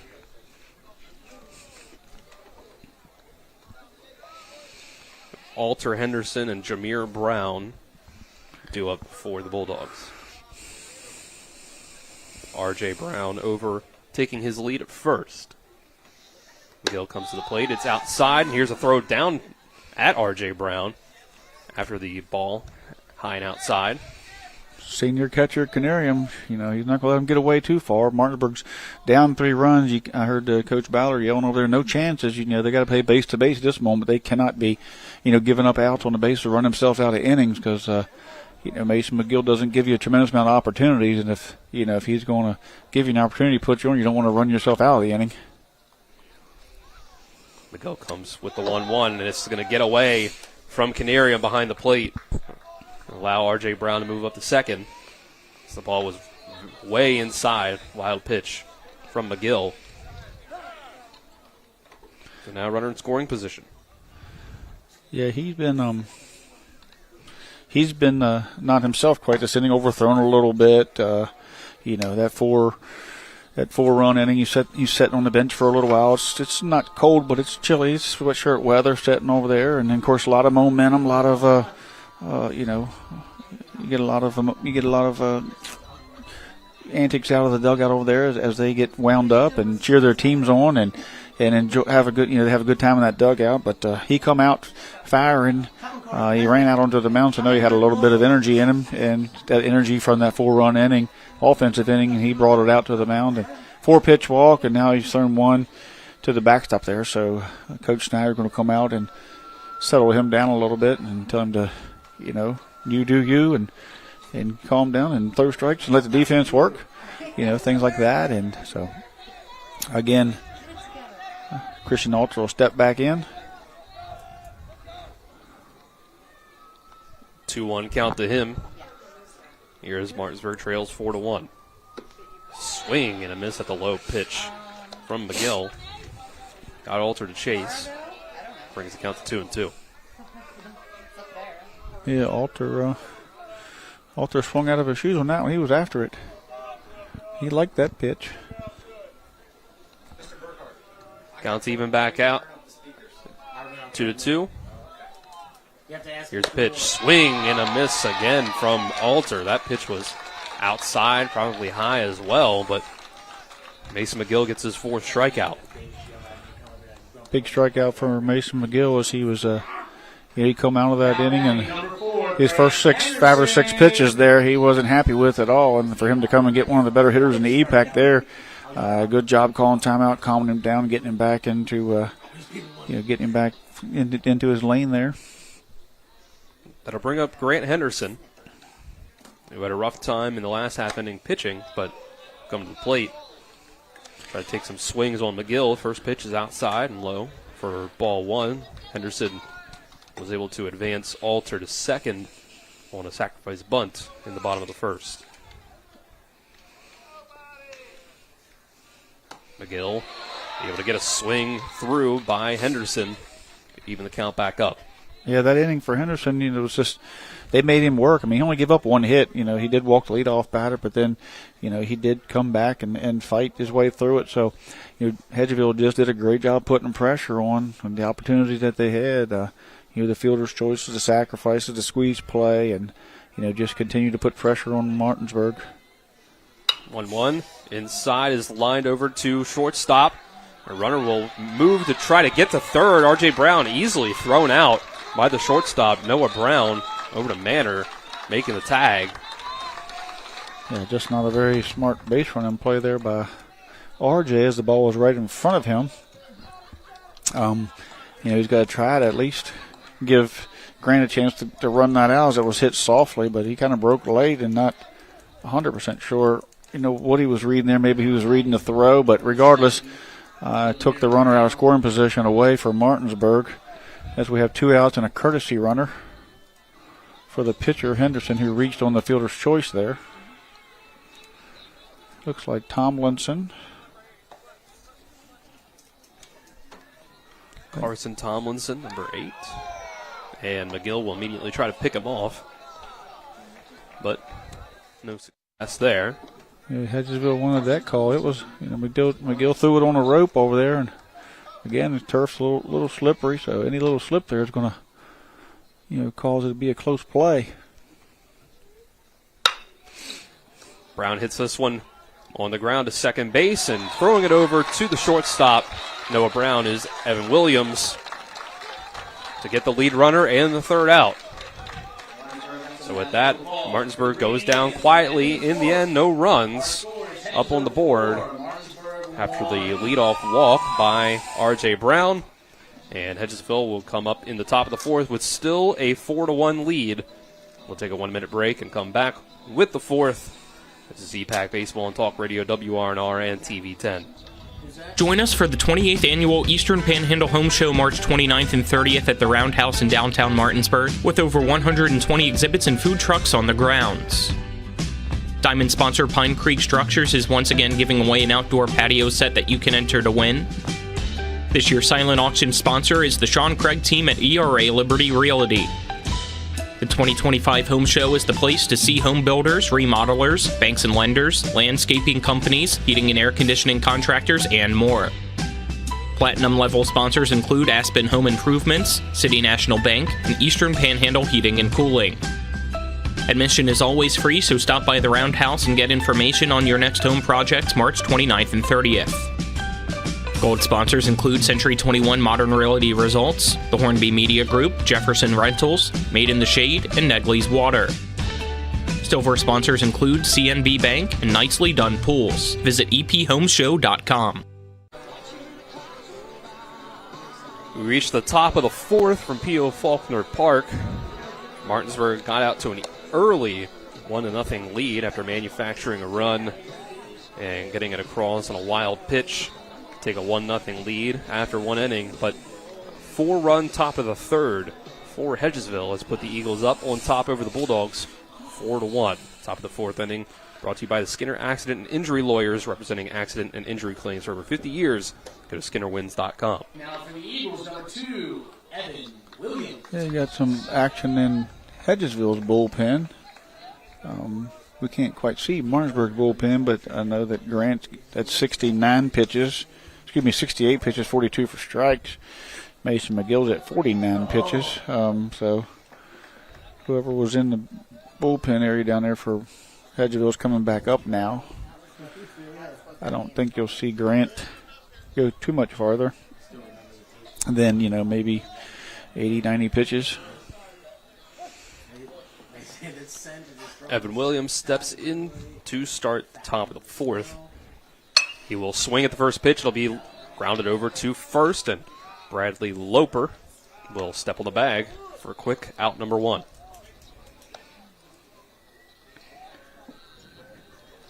Unassisted put out for Loper.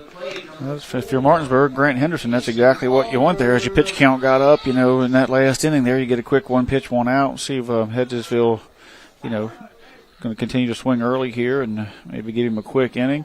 If they would have come back and with another long inning here, they would have ended the night of Henderson. And if they do, one pitch count and. He just wants to get, hopefully a quick inning there for him is what he's hoping for. Get back in the dugout.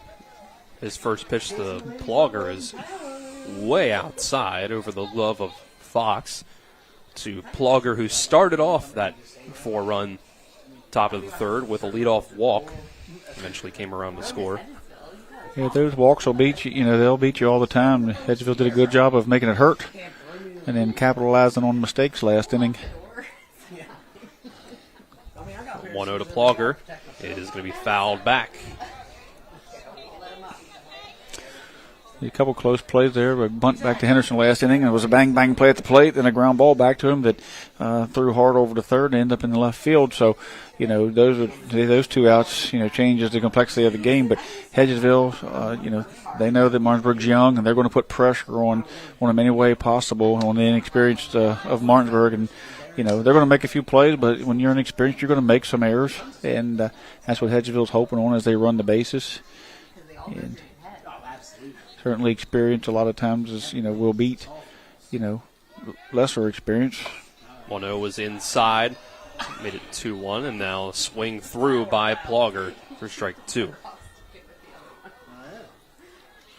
These EPAC games are just so tight, it's 4-1. It sounds like, it just feels like Hedgesville's got a, commanding lead, but these games are so tight. Like I say, the play here and the play there changes these games. And we've seen the 2-1, a one-run game at Spring Mills, one-run game, when we did the other game there. So this really, close games. Last night, I believe, Spring Mills, Washington and Spring Mills in a one-run game and, in extra innings. So the EPAC baseball is, it's going to be the team that makes the least amount of mistakes most of the time.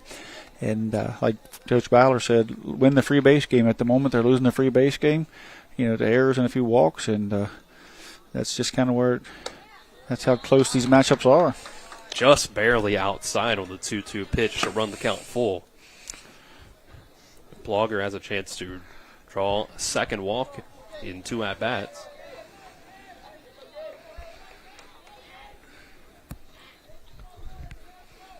Henderson with the windup, and the pitch is low, and that's ball 4. So Plogger does indeed draw his second walk in as many at-bats. Yeah, and again, like I say, not a lot of base hits given up by either one of these pitchers, and certainly by Henderson. It's just a few walks and an error. There's some wild pitches, pass balls. They all just, force pressure on defenses. And so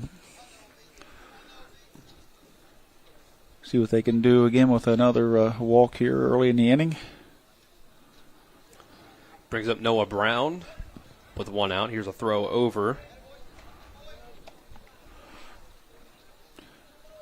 So, yep. Noah Brown sacrifice bunt in his first at-bat. So here with 1 out and a runner on first. He will swing away. Time called at the plate. Noah Brown, the 9-hitter here, but he's kind of the leader of this team. I mean, he was a leader on the basketball team. He's a big leader out here at shortstop, batting in the second leadoff spot. He was the first one to come over and talk to McGill there, and, when the catcher came out, Canarium. So huge leadership on this Hedgesville team and Noah Brown. Yeah, hits this one over to third base. Zarnecki going to go to second with it. Looks like not in time, but he does come off the base. Does Plogger, and the tag afterwards by Alter gets him. Tough play there. Zarnecki came up and threw to second. The base was vacant, and they took a long. The ball was hit hard down to third base, and again, Christian Alter, not your everyday second baseman, getting there. He gets there in time to make the catch, but he was behind the runner. The runner slid through the bag on this wet, damp turf, and if you're not used to playing on it, you can slide through it and get an out on the other side, and that's just exactly what Martinsburg did there. So, great play down there on the backhand by Zarnecki, looking for someone to be there at second, but I'm not sure that Alter was in a double play depth at that point and didn't quite get there as he's slung it across, but Martinsburg able to come out of it with a little break that time. There's many things that didn't go their way last inning. They got a little break to come their way. On that particular play is leadoff Cash Dunham comes to the plate here. Dunham 1 for 2.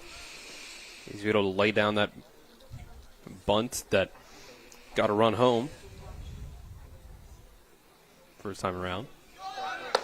Runner goes from first. Throw down by Fox is going to be not in time. It's going to bounce away from Brown, but Alter playing the backup there is able to get it.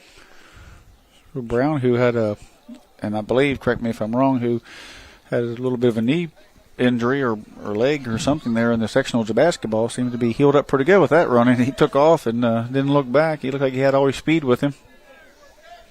Yeah, and that pitch came in for a strike. Yep, Brown missed the sectional playoff game for Hedgesville. Big part of why they ended up going down, falling in that game to Jefferson. A lot of injuries in that one for Hedgesville's basketball team as the next pitch comes in low for a ball. Landon Pence up 1 for 2 himself with a strikeout and an RBI single in that top of the third. He did lay down a nice bunt there. Pence will watch this one go over his head, and it's off the glove of Fox. So going to third base is Brown. Brown 90 feet closer to scoring the 5th run here for Hedgesville as inning opened up with a walk and then a fielder's choice, stolen base, pass ball here, or wild pitch, excuse me. So the free base game for Hedgesville continues to put pressure on Martinsburg and continue to create runs for Hedgesville.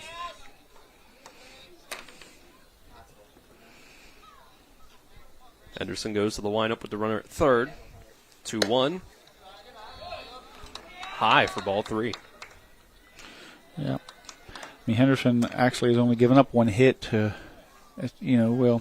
possibly 2, depending on how you score it, but definitely 1 to Pence. Mm-hmm. And so from there you see that he's pitched a great game. It's just been the walks tonight. There's another one. I say the wild pitches, the free bases, uncharacteristic of Grant Henderson. From what we've seen in the first game of the year out of him, is he hitting around 82 at this point. So, at some point you'll probably see the bullpen get. Well, looks like here comes Kurt Zarnecki now. We're going to talk to him, see how he feels at 82, and can't quite see the bullpen at Martinsburg because of the fencing down there, but I can't see any shadows behind it at the moment. But it looks like someone's walking around back there, so probably looking to possibly, with 2 outs, get out of this inning and maybe send somebody out for the 5th, 6th, and 7th. Still got to get out of this inning against Landon Pence. She got a 1st and 3rd situation with a speedy leadoff guy, so a young catcher behind the plate. Probably maybe a no-brainer for Hedgesville to take off here with the lead. Yeah. So Pence at the plate. Get Cash in scoring position. Pence, who's definitely can put the ball to the green, can turn this into a 6-1 game. Here's Cash advances, and Pence is able to get the ball out to get a base hit out of this at bat. Time call. That was the 5th walk to Cash Dunham that was given up by Grant Henderson. 2 drawn by Plogger and Elliott each, and then that 1 to Dunham.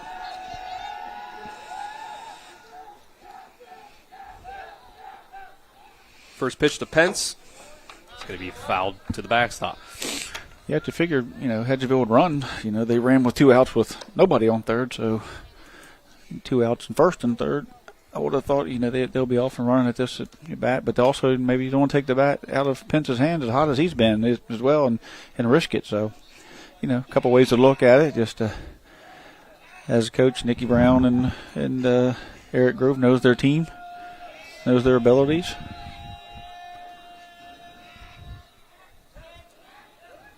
Henderson comes with the 0-1 inside, but gets the corner of the plate for strike 2 as easily taking second base on catcher's indifference is Cash Dunham. So runners on second and third now with an 0-2 count and 2 outs for Henderson, trying to get out of this inning unscathed, keep it at a 3-run deficit. Big at bat here for Hedgesville and for Martinsburg. Strike 3 on the outside corner. Pence goes down looking. 6th strikeout for Grant Henderson. Might end up being his last one. Might be his last batter faced as well. We'll go to the bottom of the 4th. Still 4-1 Hedgesville. Bulldogs will have another shot at trying to cut into the lead. After the 60-second break, this is EPAC Baseball on Talk Radio WRNR and TV 10. Most insurance companies see you as a claim number. Most law firms see you as a case file. When their top priority is their bottom line, you only get a fraction of the attention that you deserve. At the law firm of Burke, Schultz, Harmon, and Jenkinson, it's personal. We listen to our clients to see the whole picture, because every part of you is important. For a team built on relationships and results, call Burke, Schultz, Harmon, and Jenkinson at 304 Lawyers, or visit us at burkeandschultz.com. From breathtaking outdoors to unique local eats, world-class geocaching, and thriving local culture, Martinsburg, Berkeley County, West Virginia is where you can live your adventure. Berkeley County offers fantastic outdoor experiences, from our rugged hiking paths to scenic nature paths, public parks, fishing streams, and nature preserves. Cap off your outdoor adventures with a stroll through historic downtown Martinsburg. Join us and immerse yourself in our rich local history and scenic surroundings. Check out upcoming events and plan your adventure at travelwv.com. Bottom of the 4th on Talk Radio WRNR and TV 10 is brought to you by Floor Pools. Make every day better with a hot tub or swimming pool. Floor Pools has locations in Martinsburg, Chambersburg, and Hagerstown. 4-1, still the score here from P.O. Faulkner Park. Martinsburg trails Hedgesville by 3. Mason McGill going into his 4th inning of work on the mound. Giving up still 1 run on 1 hit. 3 walks and 4 strikeouts. Yeah, McGill's thrown a gem so far. He at times, kind of got out of himself, away from his self there a little bit, and his defense come in, talked to him, settled him down. He was able to, to calm down and get some big outs there. First pitch to Bradley Loper comes in low for a ball. It'll be 4, 5, 6 in the order for the Eagles. Loper, Blosser, and Zarnecki. And this next pitch is fouled off. The count 1 apiece. He got Loper last time on curveball and a fastball there, so lefty on lefty here. See if he can Loper learned anything from that last at bat. Got to see both his pitches there that he's shown us tonight. 1-1, taken for strike 2. The fastball does have some run at times. I'm not sure if he cuts it or what have you, but that one was just a dead, down the middle over the top. It looked like a 2-seam or 4-seam fastball, excuse me. Loper struck out swinging in his first at-bat. Here's the 1-2, and it'll be strikeout looking, and a dropped 3rd strike at it. But throw over to first by Canarium is well in time for the first out. Strikeout number 5 for Mason McGill. Yeah, Loper didn't think it was going to be a strike. Looked like it was up and out a little bit. umpire Keith Allison, banged him, and then ball was dropped there, so he took off running. It just popped out of Canarium's glove. I wouldn't correctly say he dropped it or dropped third strike. He's kind of up and out, hit him in the palm, and he dropped down. He got the call there on the strike zone, on the ball that was pushing his limits of the strike zone there.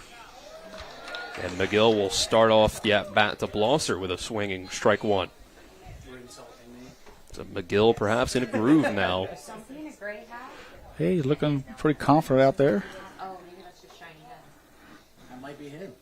Second pitch will be just a bit inside, maybe a little high as well. And Blosser struck out looking at his first at-bat. So McGill's been able to send down the lefties on strikes. And here's another one that's just barely outside of the strike zone for ball two.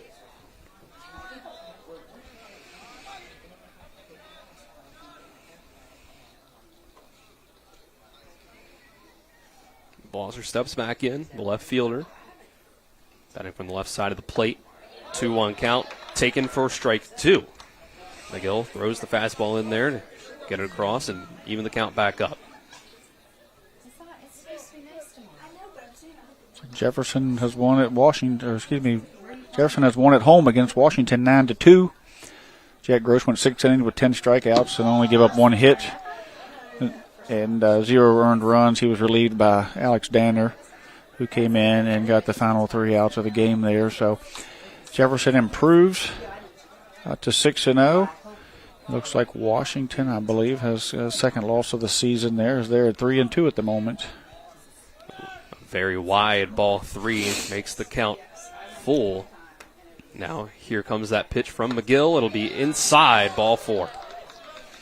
Fourth walk so far from McGill will send Blosser down to first base with a 1-out base runner. Yeah, the score's 4-1, but McGill and Henderson have kind of thrown, mirror images of each other. At times they're both a little bit uncharacteristically, I don't want to use the word wild because they're just missing, but they're walks. Have given up more walks tonight than they generally did in their first starts of the year there. So just Martinsburg hadn't been able to put any pressure on, the defense. When they did, you put pressure on them, bunted and moved around. They were able to score a run there, but since then they haven't been able to get much pressure on them. Hedgesville so far has just had that 1 inning where things went all their way, and they were able to do the right things on the bases and at the plate to score some runs and use their experience. One of the guys who has the only hit against Mason McGill is at the plate now, Zarnecki. Zarnecki takes first pitch of the second at-bat for him for a ball inside. And the second one will find the outside corner for strike 1. And Zarnecki had a single in the second inning. Ended up not being able to come around to score. 1-1. Finds the inside corner for strike 2. Blosser will take his lead off of first. McGill gives him a look quickly. Now comes to the plate. This is going to be fouled off towards the softball fields, where the score is now 22-5 in the 4th inning.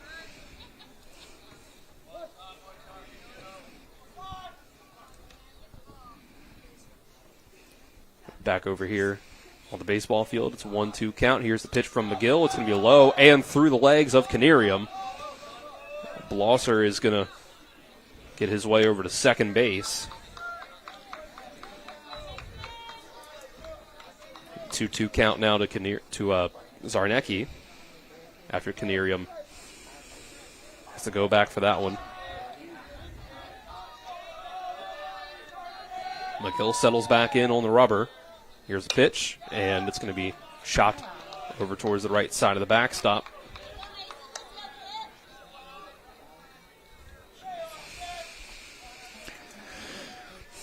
Braden Armalt in the on-deck circle. Braden Fox in the hole for Martinsburg. Still 4-1 Hedgesville here in the bottom of the fourth. And this is going to run in and hit Zarnecki on the leg. Put 2 runners on for the Bulldogs. And McGill with his 5th total walk, same as Grant Henderson on the other side. Continuing, like you said, Tripp, kind of mirror images. Yeah, like I say, the only difference is maybe the ball that got away and got into left field. Martinsburg didn't get the call there at the plate. Other than that, I mean, these have kind of been mirrored imaged pitching performances by 2 great pitchers and against 2 great teams here, just battling it out as usual, as we've seen all year last year. Armolt foul tip into the glove on the first pitch of the at-bat. When Martinsburg was senior laden with that big team, number 1 team in the state all year long, and Hedgesville came in here, the underdog, and just played, gritty baseball. As Martinsburg has a chance here to show some life and show some heart. And another one fouled off by Armolt. 2 quick strikes. Thank you. Armolt's first at-bat. 6-4-3 fielder's choice when Mason Elliott at first place couldn't handle the one hopper to him and get the double play. And Hedgesville's looking for that same play right now. Martinsburg's looking for a base hit. And instead he'll get a swinging strikeout, 6th one of the night for McGill for the second out. Armolt goes down. That'll bring up Braden Fox. Braden Fox. As you mentioned, Tripp hitting in the 8th spot. Normally he's the guy that will be DH for, but it was a late scratch for Malachi Green that changed up the bottom of the order for the Bulldogs. Swing and a miss on the first pitch by McGill to Fox. Yeah, Fox doesn't have a tremendous amount of varsity ABs. He has to come in here tonight and hit against one of the top pitchers in the EPAC here. It's a tough spot for the young man, but he's been tough, behind the plate. And strike 2 called as well. McGill working fast. Gives Martinsburg an opportunity back there. The pitchers, gives them a chance. They trust him, so he's gotten a start back there. Now tonight getting a chance to hit. 0-2, swinging, strike 3 again. 2 straight strikeouts for McGill, and he gets all 3 outs in this inning that way. 2 batters put on by him, 2 walks, 1 traditional and a hit by a pitch, but those runners are left on base. 7 strikeouts for McGill will keep Hedgesville up by 3 as we go to the 5th. After this 60-second break, this is EPAC Baseball on Talk Radio WRNR and TV 10. What's up with the piano and funny glasses, Robbie? The Circle of what? Oh, you mean Floor Pool's Circle of Wellness event March 29th.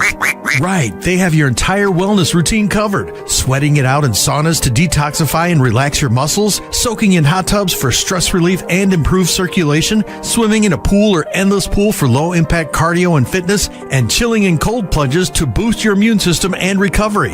Yeah, cold plunges. The Circle of Wellness is a combination of therapies that addresses different aspects of your health.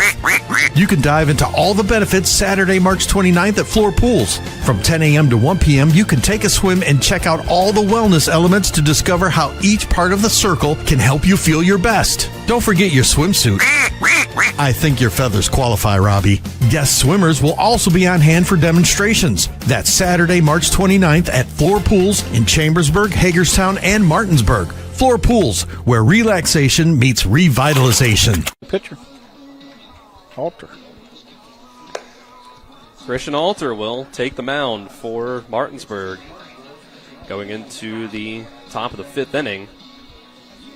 Call to the bullpen for the Bulldogs, which is brought to you by Smallwood & Small Insurance in Martinsburg, your total insurance solution located at 1250 Edwin Miller Boulevard, Suite 301 in Martinsburg.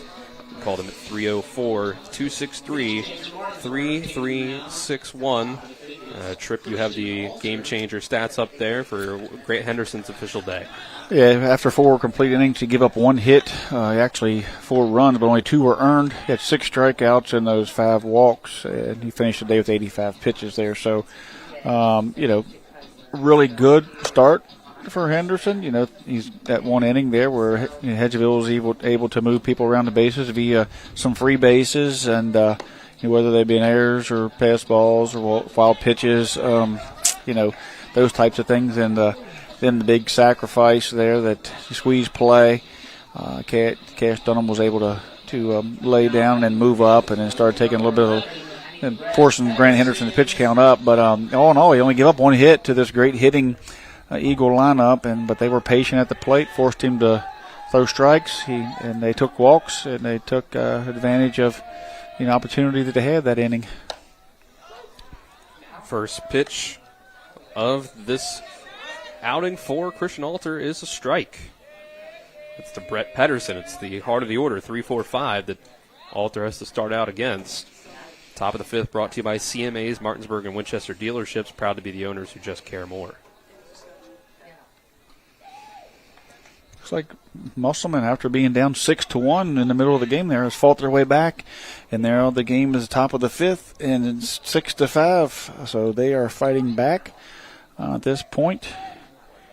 Right now they have a man on first, Taryn Boyles, and Will Palminelli at the plate with 2 outs on top of the fifth in a 6-5 game. As Spring Mills has a home EPAC game here tonight. Cumley's on the mound still.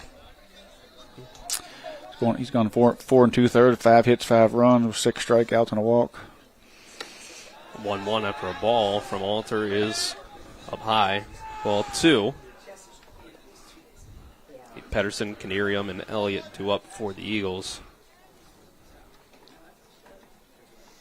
2-1, swing and miss from Brett Pedersen, who in his last at-bat reached base on a fielding error as Martinsburg tried to make the play at third base. Ball went off the glove of Zarnecki, and Pedersen grounded out to second base. His other time up is this one is hit right up the middle, skipping past the leg of Christian Alter just to try to get out of the way, and that's a hard hit single to start out the inning for the Eagles. Yeah, came right to his glove side and down low, right where you don't want it at your shin. There was nothing you can do, and he could just kind of hop out of the way. I thought maybe skimmed off of him, but I don't think he took any of it. But he certainly tried to get out of the way of it as Brett Pedersen hits a hard shot right back up the middle as just about took the legs off, the ankles out of Christian Alter. First pitch to Canerium will be high for a ball. Second hit of the night for Hedgesville. Canerium 0 for 2. Ground out the second, and a strikeout looking in the second and third innings. Here goes the runner. Throw down by Fox. A little bit off target. Jameer Brown couldn't quite get the tag over across his body, and it's a stolen base for Pedersen. Hedgesville now with up 3 runs. They're gonna run when they get a chance. They're gonna probably not sacrifice at this point. They feel like they can run, so they're trying to just steal that base as opposed to moving a runner over via sacrifice. Now they've got a runner in scoring position with nobody out. This one's again lined up the middle, just past the diving glove of Jameer Brown. Pedersen's going to come home. Ball mishandled just a bit by Brown out in center. And then advancing to second base on the throw home is Canerium. Hedgesville takes a 5-1 lead. Second hit of the night there is Hedgesville now starting to see the ball a little better. The velocity, there's different styles with Henderson and Alter. Henderson throws a little harder, a little more downhill, a lot more finesse there with Christian. He has good velocity and he has a great curveball. So at this point, Hedgesville just kind of pinning the ears back a little bit. We get a runner out there for Canerium. Can't see his number. 20 maybe? Oh, that's Mason McGill's number, 20. 20-something. We'll try to figure it out. I think it could be Jay Vians. First pitch is low to Mason Elliott. It's like 23, Chris Williams. Yeah, it could be, yep. Elliott, without an official at-bat so far, he's drawn 2 walks. Here will be an official at-bat as this is going to be a base hit into right field. Ball thrown in quickly by Deeds is going to keep Williams at third. But another hit off of Alter. three in a row here as they've come up with a hard base hit from Patterson, line drive, Canarium. They both on either side of Alter, and now a sinking liner into right field. And the ball was able to cut off this time. So now you're looking at first and third, and still nobody out here. That brings up Austin Maynor. Runner will go. Catcher's indifference. Fox will just fake the throw down to second. Stolen base for Elliott. Two guys in a scoring position here, and Hedgesville's looking to take control. Maynor with a ground out and a strikeout looking. Here's that big curveball. And it falls in for a strike. Coach Bowler said at the beginning of the game that they need to do better on the free base game. And today, once again, they're getting beaten pretty badly there with the walks, the error, the wild pitches, and the balk. Another big curveball. This one's going to be hit high into the middle of center field, left center field. It's going to be brought in by Brown. Sacrifice fly will be successful as Williams tags up and scores. That'll bring home another run. It's 6-1 Hedgesville. Now batting number 2, Evan Williams. Hedgesville now getting the ball in play. Less strikeouts this inning, and doing it via the base hits this inning as opposed to just grinding out opportunities from walks and able to move up on stolen bases here. They're putting the ball in play, stealing bases, and hitting their way around. Evan Williams 0 for 2. Strikeout and ground out. This is going to be another one. Contact in the center field. It's going to be lined right at R.J. Brown, though, for out number 2. Yeah, that ball's hit hard. It come off the bat. Looked like it might have had a little gap action there, but hung up there in the night sky. R.J. was able to run it down there, but nice contact there by Williams. I believe those are the first 2 fly ball outs of the day for either side. We haven't seen a lot of air put under. A lot of 4-3s. Yep. And here's another one hit high into the sky, but foul over towards the softball fields again. See, those Hedgesville batters are getting more confident. After they see the guy in front of them get a base hit, it just puts confidence in you and gives you some energy. 0-1 pitch from Alter. Curveball falls in for the second strike. Yeah, he's got a big bender. That's his go-to pitch. That's his pitch that he can get guys to soft contact or strike out on or freeze up. 0-2 Alter. Another one of those curveballs, but it goes over the top of Plugger. He has to duck out of the way of it. Plugger, another one with 2 walks in his 2 at-bats so far. Plugger's a guy that can really get it done and, hit the baseball. It's just he's still early season, but look for him to be one of the bigger hitters on this team, as far as average here before the end of the season. He finished up last year just on fire and had a great summer. So I expect him to be a big part of this offense as well. When this offense hits all strides, they're really hard to beat. They have good starting pitching and a lot of run support. 2-2 after a bouncing curve and then a swing and miss by Plugger. Alter able to get his first strikeout and end the inning. But Hedgesville gets 2 runs out of the top of the 5th, extends their lead to 5. After this 1-minute break, Martinsburg comes up down 6-1. This is EPAC Baseball and Talk Radio, WRNR and TV10. Life is evolving. Over the past decade, the way we do almost everything has changed. Get on your phone, see something you like, click on it, and it shows up at your door. Why should the way you have your car serviced be any different? Why waste your time going to a dealership service department when Hagerstown Ford and Hancock Chevrolet will come to you? They service all makes, all models, and offer full parts and labor warranties. Hagerstown Ford and Hancock Chevrolet will come to your door or office and service your vehicle while you're doing what you need to be doing, conducting that business meeting or mowing the lawn. Why take time out of your busy schedule when you don't have to?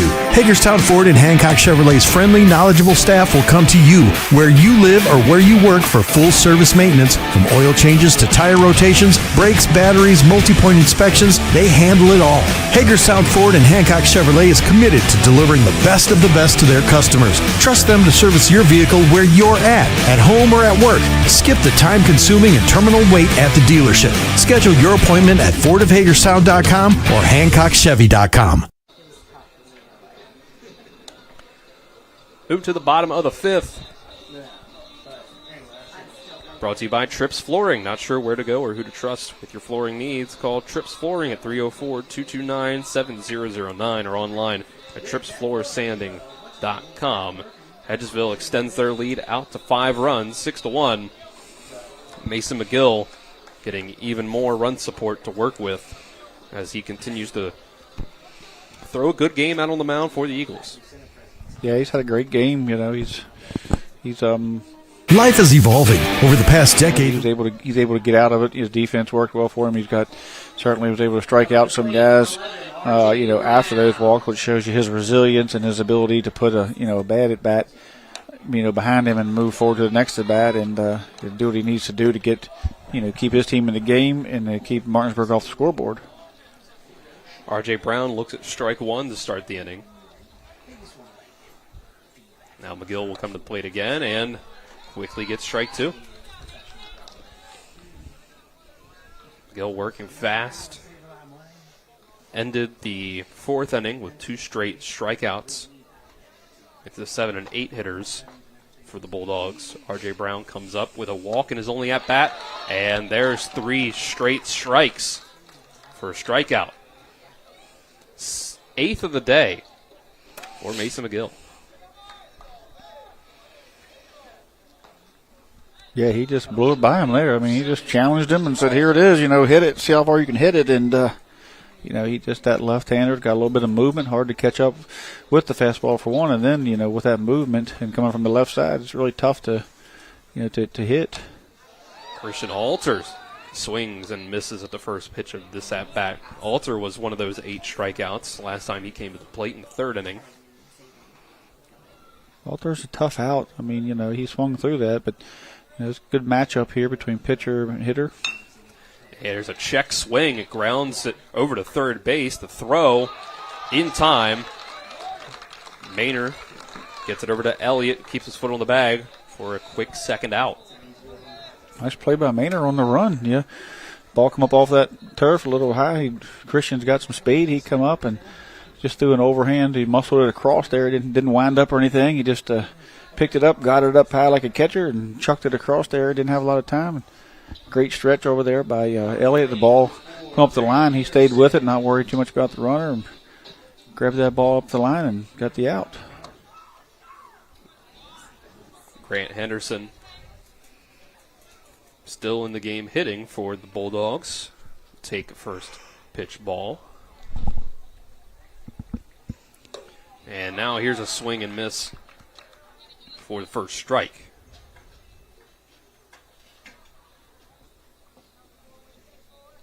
So I suppose that moves Grant Henderson into the DH role. He's playing second. Him and Christian split. Oh, you're right. Yeah, they just swapped spots there. Ball 2, just barely. Yeah,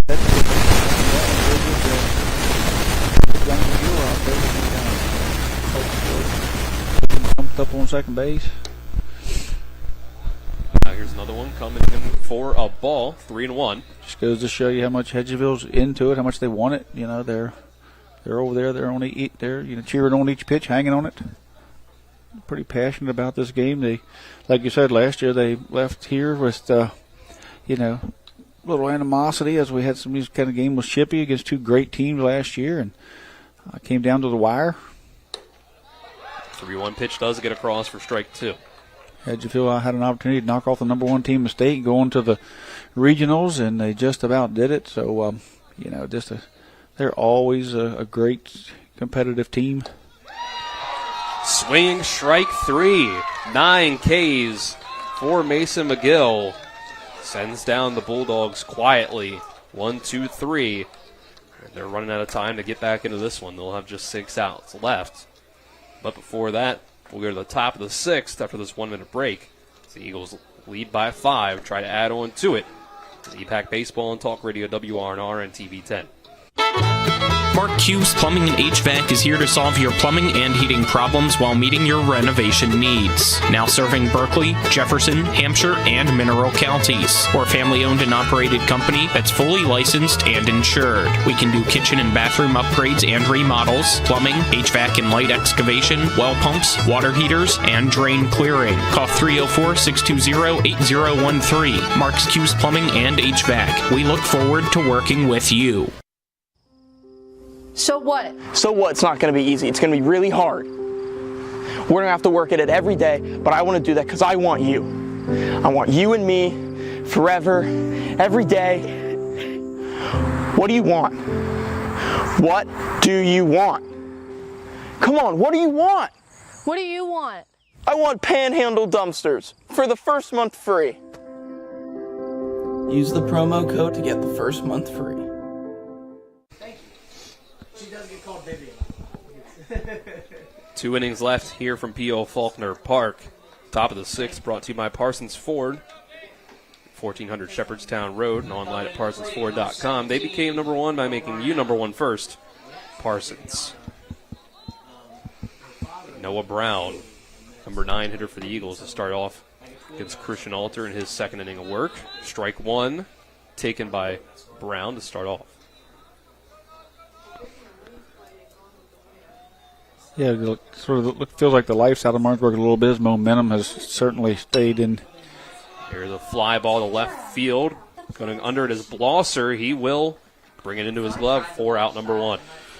Yeah, he kind of reached out there and got it off the end of the bat and showed the power that Noah Brown has. He didn't really hit it that hard. He just kind of, you can see him out there on the camera saying it just kind of swung at it lazily as the ball was curveball away, and he committed to it and went ahead and put a little charge into it.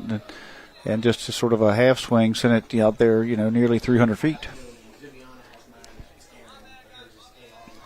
I'll bring up Cash Dunham, who watches a curveball get away from Alter, bounce in front of Fox and in the other batter's box. Start the at-bat. And he'll come back with a swinging strike number 1. Cash Dunham so far 1 for 2 officially, drawing a walk. He struck out and then an RBI suicide squeeze in the 3rd inning. He scored once. And the next pitch is low for ball 2. Yeah, Dunham, he's done a great job. Like I say, he started off not in that leadoff spot, but he has earned it. And he's one of the vocal guys out there. He's Hedgesville's known for some of their dirt bags as they come through. The guys that just hustle out and hard-nosed baseball, we call them. And he's one of those guys. He plays with a lot of emotion, and plays the game the right way, and he runs things out, and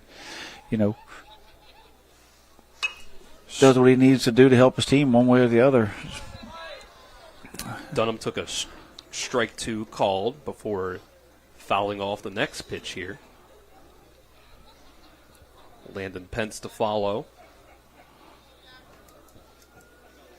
Alter gave up 2 runs on 3 hits in that last inning of work.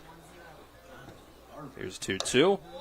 Just barely off the outside part of the plate to run the count full. Yeah, good take, good eye. He's had great at bats tonight. Like I said, he just grinds them out, and he runs it out. He takes advantage of mistakes on the bases. He's got a couple of stolen bases, and when he's on base, you don't want to make a mistake. He'll take advantage of it, and he's great jumps, hard to hold on the bag, and he gets around the bases. So he gets on and gets around, and he gets in. So, I think he's found himself a spot here at the top of this lineup. If he, just doing what he does, he doesn't necessarily have to have the greatest batting average, but his on base percentage and his prowess on the base paths make him a big place there at that one spot. Full count pitch hit deep into center field. R.J. Brown is under it, and he brings it in for the second out. Great job there by RJ out there, tracking those balls down there in the night sky. A little bit of wind. Talking about dirtbags, last time I talked about a group full of dirtbags was leader of that group was Braylon Connor, as Hedgesville took a team all the way down to down to the state tournament and had some opportunities down there. He's actually playing for the Hagerstown Community College Hawks right now, and they are 22-3. They've got a couple guys on that team, from right here in the EPAC with Jason Myers and Braylon Connor, and you got Kyle Lohr out there playing. So, that team has just been red hot all year long, and Braylon Connor and Kyle and Jason have been a big part of that. So, proud of those guys and all they're doing, and just phenomenal season over there at Hagerstown. There you go. Landon Pence takes a ball to start the at-bat. Now he fouls this one over towards the Martinsburg dugout. Pence 1 for 3, 2 strikeouts. RBI base hit in that big third inning. Came around to score as well. Here's 1-1 from Alter. It's going to be another one over towards third base side, but foul. Closer to being fair. He's starting to pull it over, but not quite enough. Out in front of, we've seen at the beginning of the game, Hedgesville was shooting the ball in their own dugout. And now they've turned around on it and they've adjusted. Certainly, Alter's a little different pitcher, but still they're on time now, and they're out in front actually a little bit. And the big sweeping curveball fools Landon Pence. Called strike 3. He was ducking out of the way of it, but it came in over the plate for Christian Alter's second strikeout. And Hedgesville goes down 1-2-3, but keeps their 5-run lead. 6-1 as we go to the bottom of the 6th. Martinsburg just 6 outs to work with to make up a 5-run lead. We'll take a 60-second break and be back with more EPAC baseball on Talk Radio WRNR and TV 10. Let's talk about what to do after a car or truck accident. First, call 911. Then call Skinner Accident and Injury Lawyers. Let us handle the insurance company so you can focus on getting better. Being injured in a wreck is enough stress. Let your doctor handle your medical issues. And let the Skinner brothers handle your insurance issues. If you've been hurt in almost heaven, call the Sevens, 304-777-7777. At Carter Myers Automotive, what we do today will tomorrow become what we've done. That's why Owners Just Do More no longer defines us. Our work is never done because what we live by doesn't have a finish line. We care. Our company of owners is moving lives forward every day by finding more ways to care before, during, and after your purchase. Because when you're happy, so are we. Carter Myers Automotive. Proud to be the owners who just care more. Moving to the bottom of the 6th, brought to you by Hagerstown Ford, revolutionizing the car buying experience. Buy your next vehicle online and they'll deliver it to you. If you don't like it, they'll take it back. Visit them online at fordofhagerstown.com. Martinsburg still looking to make up a 5-run deficit on the Hedgesville Eagles. Mason McGill still out on the mound for Hedgesville. And actually, my apologies to Mason Everhart. He's also on that Hagerstown Community College team, catcher over there, getting some innings in up there, and furthering his education. So shout out to him as well. So we got 4 guys over there that are contributing, from the EPAC, just showing how good of talent there is in this area. And so what Mason Everhart, Kyle Lohr, Jason Myers, and Braylon Connor over there we brought to that team, and what Coach D'Amelio's done over there is just a phenomenal job. So hats off to them, and the season they're having. And a 1-1 count starting out to Jameer Brown, and he will swing and miss the next pitch for strike 2.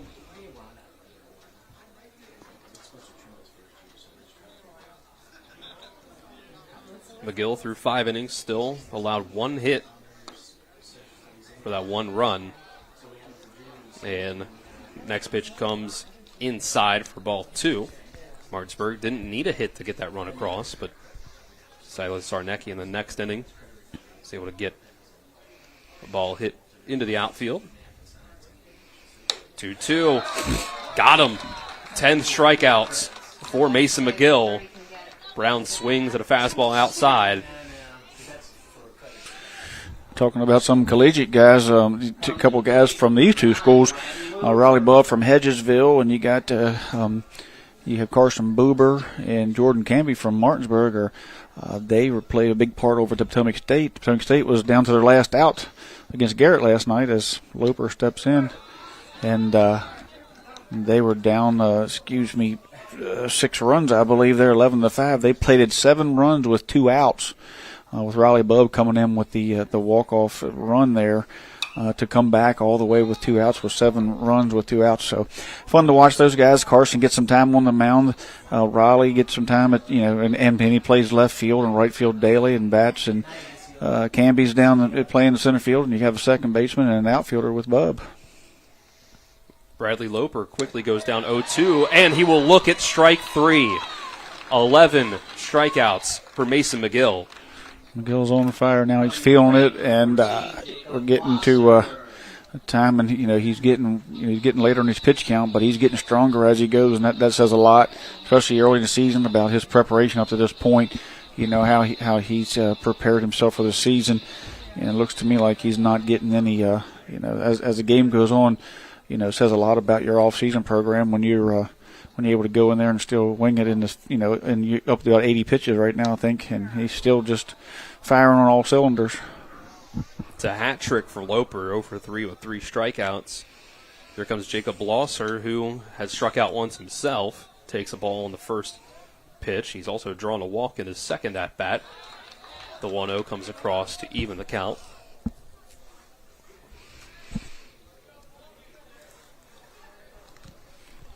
It'll be Zarnecki to follow. And the only one with a hit off of McGill today. 1-1 is going to be lined hard over towards the Martinsburg dugout side of the backstop. Strike 2.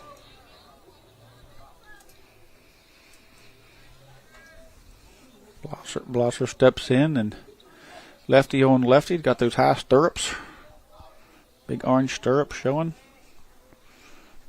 McGill inside. Just barely. Hedgesville side. Hooting and hollering at that one, but it looked like it did come more so over the batter's box line than the outside corner of the plate. 2-2 count. And the pitch, swing and a miss. Strike 3, a dozen Ks for Mason McGill. Strikes out the side. Martinsburg down to just their final 3 outs as they're still down by 5. Before then, Hedgesville will have one last shot to extend that lead in the top of the 7th.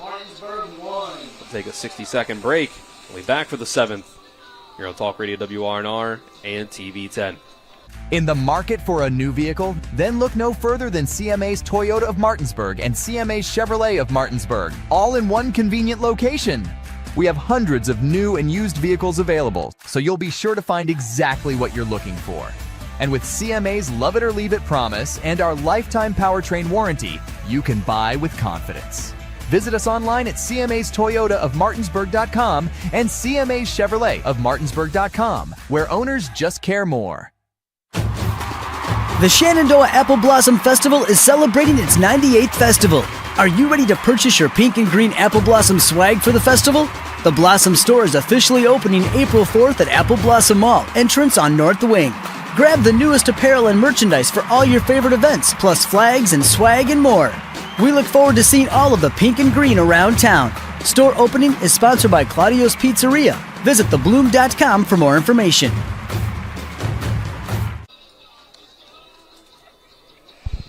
Seventh inning here from Martinsburg, P.O. Faulkner Park. Top of the 7th is brought to you by Smallwood Small Insurance in Martinsburg, your total insurance solution. Located at 1250 Edwin Miller Boulevard, Suite 301 in Martinsburg. Call 301-263-3361. Small One to Small also our sponsor for calls to the bullpen. And we have another one as Martinsburg goes to their 3rd pitcher of the evening, Bradley Loper. Yeah, Loper coming to the mound. That sends the pitcher, Christian Alter, out to center field.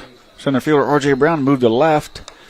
Left fielder, Jacob Blotzer, coming into the infield now to play first. So do a little four-man change around there to get everybody settled back in their positions. Loper takes the mound here in the top of the seventh to face a very tough hitter here in Pedersen.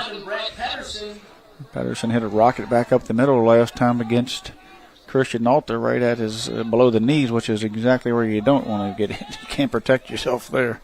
All you can do is jump and hope it doesn't catch you in the shin there. Pedersen power this year, has a home run. Hitting his way here in the DH spot, doing a great job of contributing and cut lots of RBIs already. And he's going to swing at the first pitch and chop it over to Grant Henderson, who can't handle the exchange from his glove to his hand. And that'll put Henderson on first to start the inning. Yes, it's big old Baltimore chop there off the plate. And it's bad luck there for Loper as but Pedersen has speed. You know, he stole a base here tonight, and he was going up the line, and that forced pressure on Henderson to make a quick as possible exchange. And I'm not sure if he gets him if he does exchange it the way that ball popped up in the air. But regardless, Pedersen's on first with the hustle play. Brings up Canarium, who just sort of swats at the first pitch and fouls it off.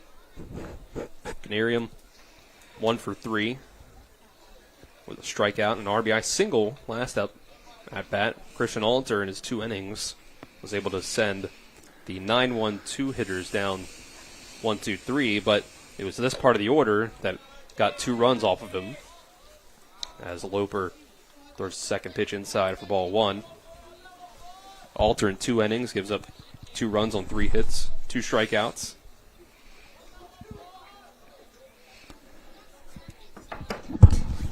One pitch from Loper comes in inside. Canarium takes it. Canarium with a ground out in the second inning, a strikeout looking in the third before an RBI single in the 5th. Loper comes to the plate. Here's one hit deep in the center field. Alter going back for it, and it's over his head, just past his glove and to the wall. Alter able to throw it in. Pedersen only gets to third base as he had to wait to see if Alter would catch it. Big time double to the deepest part of the field for Trenton Canarium.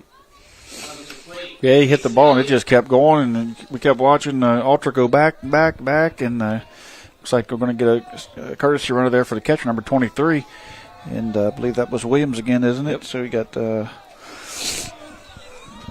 Chris Williams, excuse me, I think taking over there for the Canarium after the big long hit to the 370 mark there. Any other part of the ballpark, I think he hits that out easily. I think you're right. Here's first pitch swinging, diving play, and getting doubled up is going to be Williams, as it's a liner from Mason Elliott right at Grant Henderson. 4-6 double play. Yeah, big break for Martinsburg there, as Hedgesville is putting the ball in play, hitting it hard here, and Loper gets the pitcher's best friend there, double play. So still a man on third here with 2 outs. But Loper's 1 pitch away now from getting out of this inning when it was just second and third and nobody out. Now it's a man on third and 2 outs. He's 1 pitch away. Ball 1 to Austin Maynard, who was able to get an RBI on a sacrifice fly in the 5th inning.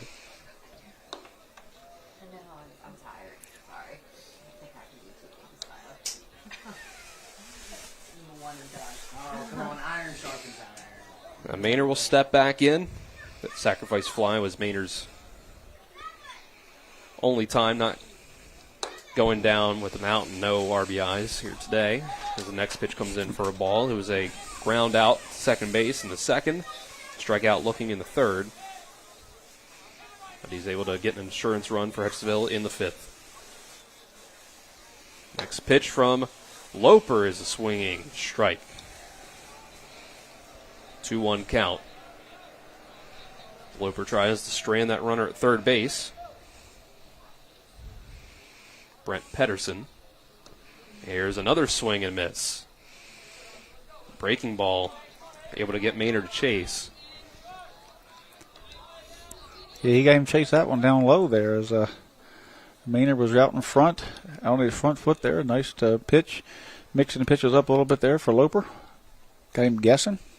2-2 pitch, swing and miss, strike 3. Loper able to strand that runner. The big double by Canarium ends up with no harm done for the Bulldogs. But it's still a steep hill to climb for Martinsburg. They will come up with 3 outs to get at least 5 runs. Try to send this to extra innings or walk it off with a 6th run. We'll take a 1-minute break. We'll see if the Bulldogs can make the comeback. This is EPAC Baseball and Talk Radio WRNR and TV 10. At Carter Myers Automotive, what we do today will tomorrow become what we've done. That's why Owners Just Do More no longer defines us. Our work is never done because what we live by doesn't have a finish line. We care. Our company of owners is moving lives forward every day by finding more ways to care before, during, and after your purchase. Because when you're happy, so are we. Carter Myers Automotive. Proud to be the owners who just care more. The Palace Lounge in Martinsburg is the place to be. Join us every night to relax and enjoy football or basketball games featuring either the Martinsburg Bulldogs, Shepherd University Rams, or West Virginia Mountaineers. We will have steak night every Wednesday, trip nights every Thursday, and now taco and margarita nights every Tuesday. You can find us on Facebook or call 304-267-7520. The Palace Lounge is located at 1350 Edwin Miller Boulevard in Martinsburg. Bottom of the 7th, Martinsburg down by 5 runs. 3 outs to go. Bottom of the 7th is brought to you by Cody's Auto Body at 851 Wilson Street in Martinsburg. Call 304-901-4777 or visit their Facebook page. Mason McGill still out on the mound at 96 pitches. But he has a dozen strikeouts, 5 walks. He's only given up 1 hit. Looks like they'll see if perhaps he can go the distance as he will throw strike 1 into Silas Sarnecki.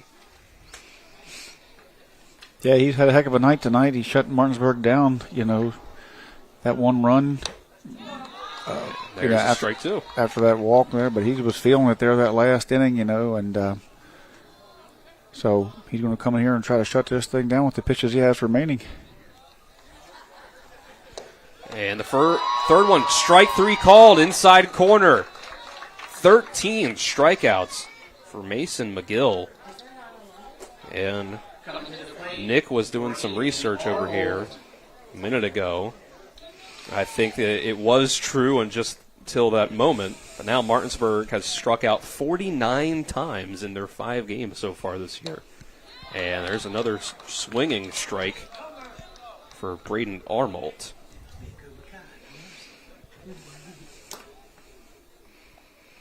Yeah, McGill's on fire, and he might even the chance that he'll get him to 50 the way he's thrown at the moment.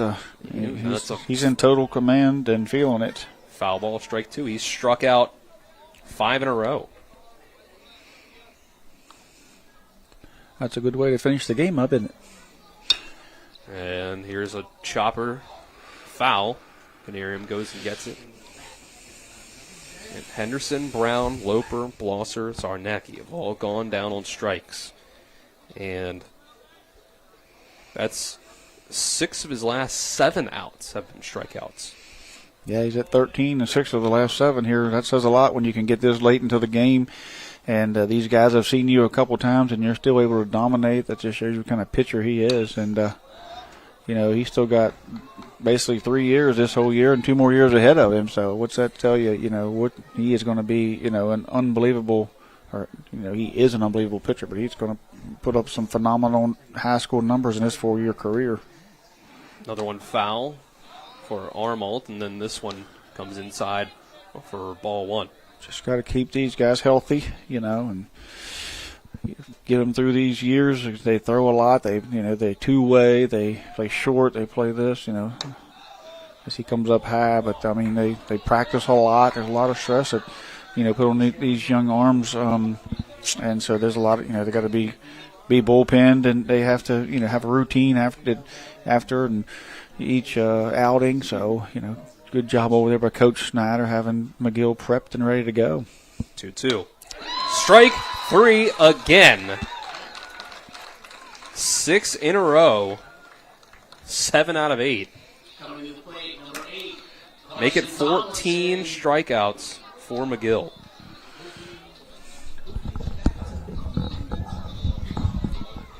That'll bring up Braden Fox, who is, guess what, 0 for 2 with 2 strikeouts. He'll take strike 1 to start. Yeah, he is on fire at the moment and really feeling it. Second pitch, fastball outside for ball 1, and it was a bit of a shaky start for McGill. That 1 run he gave up came in the first inning. He gave up 2 walks in that inning out of the 5 he's given up so far. Here's a ball up high, 2-1. Then came around in the second inning, gave up a hit, got out of the jam. Had a few walks along the way. 2 walks in the first, 1 in the third, and the fourth. And here's another swing and miss. And he had a hit by pitch in the fourth as well against Zarnecki. And now he's 1 strike away from a complete game. Yeah, he's right there, right at the pitch limit. So this is going to probably be his last batter if he doesn't get Tomlinson. But it looks like he's going to finish it off. Swing and miss. Yep. Tomlinson goes down as he's pinch hitting for Braden Fox. And it just doesn't matter. That's 15 strikeouts in a complete game. 1 hit, 1 run given up by McGill. And Hedgesville comes to P.O. Faulkner Park and gets a 6-1 win over the Bulldogs after Martinsburg ended their season last year. Great game for Hedgesville, and we will go ahead and take a 2-minute break and come back for the post-game show. EPAC Baseball on Talk Radio WRNR and TV 10. Remember all the sports we played when we were kids? Oh yeah, swimming, tennis, basketball, football, soccer, track. I loved winning. I still do. Our competitive spirit is still going strong. But now we use it to win for our clients. If you've been hurt in almost heaven, call the Sevens, 304-777-7777. SkinnerWins.com. The Palace Lounge in Martinsburg is the place to be. Join us every night to relax and enjoy football or basketball games featuring either the Martinsburg Bulldogs, Shepherd University Rams, or West Virginia Mountaineers. We will have steak night every Wednesday, trip nights every Thursday, and now taco and margarita nights every Tuesday. You can find us on Facebook or call 304-267-7520. The Palace Lounge is located at 1350 Edwin Miller Boulevard in Martinsburg. Most insurance companies see you as a claim number. Most law firms see you as a case file. When their top priority is their bottom line, you only get a fraction of the attention that you deserve. At the law firm of Burke, Schultz, Harmon, and Jenkinson, it's personal. We listen to our clients to see the whole picture, because every part of you is important. For a team built on relationships and results, call Burke, Schultz, Harmon, and Jenkinson at 304-LAWYERS, or visit us at burkeandschultz.com. The Apple Blossom Festival is celebrating 98 years, and here is this year's new additions. The Flying Circus Air Show, presented by Omp's Funeral Home, a sure way to wow the entire family with aerial stunts. Laugh Out Loud Comedy Show, featuring 3 acts. The Valley Pediatric Dentistry Family Fun Party. It brings food, games, inflatables, face painting, and desserts with all the excitement at the Tolly Dental Zone. The Blossom and Artisan Fair, featuring over 200 juried vendors. There is so much fun at The Bloom. Visit thebloom.com. That's thebloom.com. Welcome into the Palace Lounge post-game show here on Talk Radio WRNR and TV 10. Brought to you by the Palace Lounge on Edwin Miller Boulevard in Martinsburg with a full lunch and dinner menu with daily specials and a clean, comfortable atmosphere. Check out the menu on the Palace Lounge Facebook page. Hedgesville gets the win, 6-1. It was a slow start for them as Martinsburg got up 1-0 after the first inning, but then big 4-run third inning for the Eagles puts them up on top. They get a couple insurance runs along the way, and that 1 run in the first inning did not affect Mason McGill as he ends up with 15 strikeouts in the end. Dylan Bishop and Trip Tobin with you on the call. Nick Verslini, on-site producer. Kyler High and Alec Epperson behind the cameras on the TV 10 side. Colin McLaughlin back at the studio. Trip, a fantastic pitching performance. Yeah, I mean, Martinsburg was going to Grant Henderson was going to have to, do a lot there on the mound. He was going to have to be nearly perfect to beat such a senior-laden, experienced team. You can't give them any free bases. You can't walk them. You can't get pass balls, wild pitches, stolen bases. They sacrificed. They put pressure on defense. They scored in 2 of the 7 innings. Felt like they were, with Mason McGill on the mound, just a 2 or 3 run lead felt like a mountain to climb. But they did it in 2 different ways. In the 4th inning, they used a timely base hit. One hit that inning to score 4 runs, but they bunted, they run, they stole, they put pressure on the defense. They forced Martinsburg into an unforced error there, or forced them to an error, and they just did all the things they needed to do that inning. Then they used some muscle there in the 5th inning where they scored 2 to kind of put the game away. That they stacked together some base hits.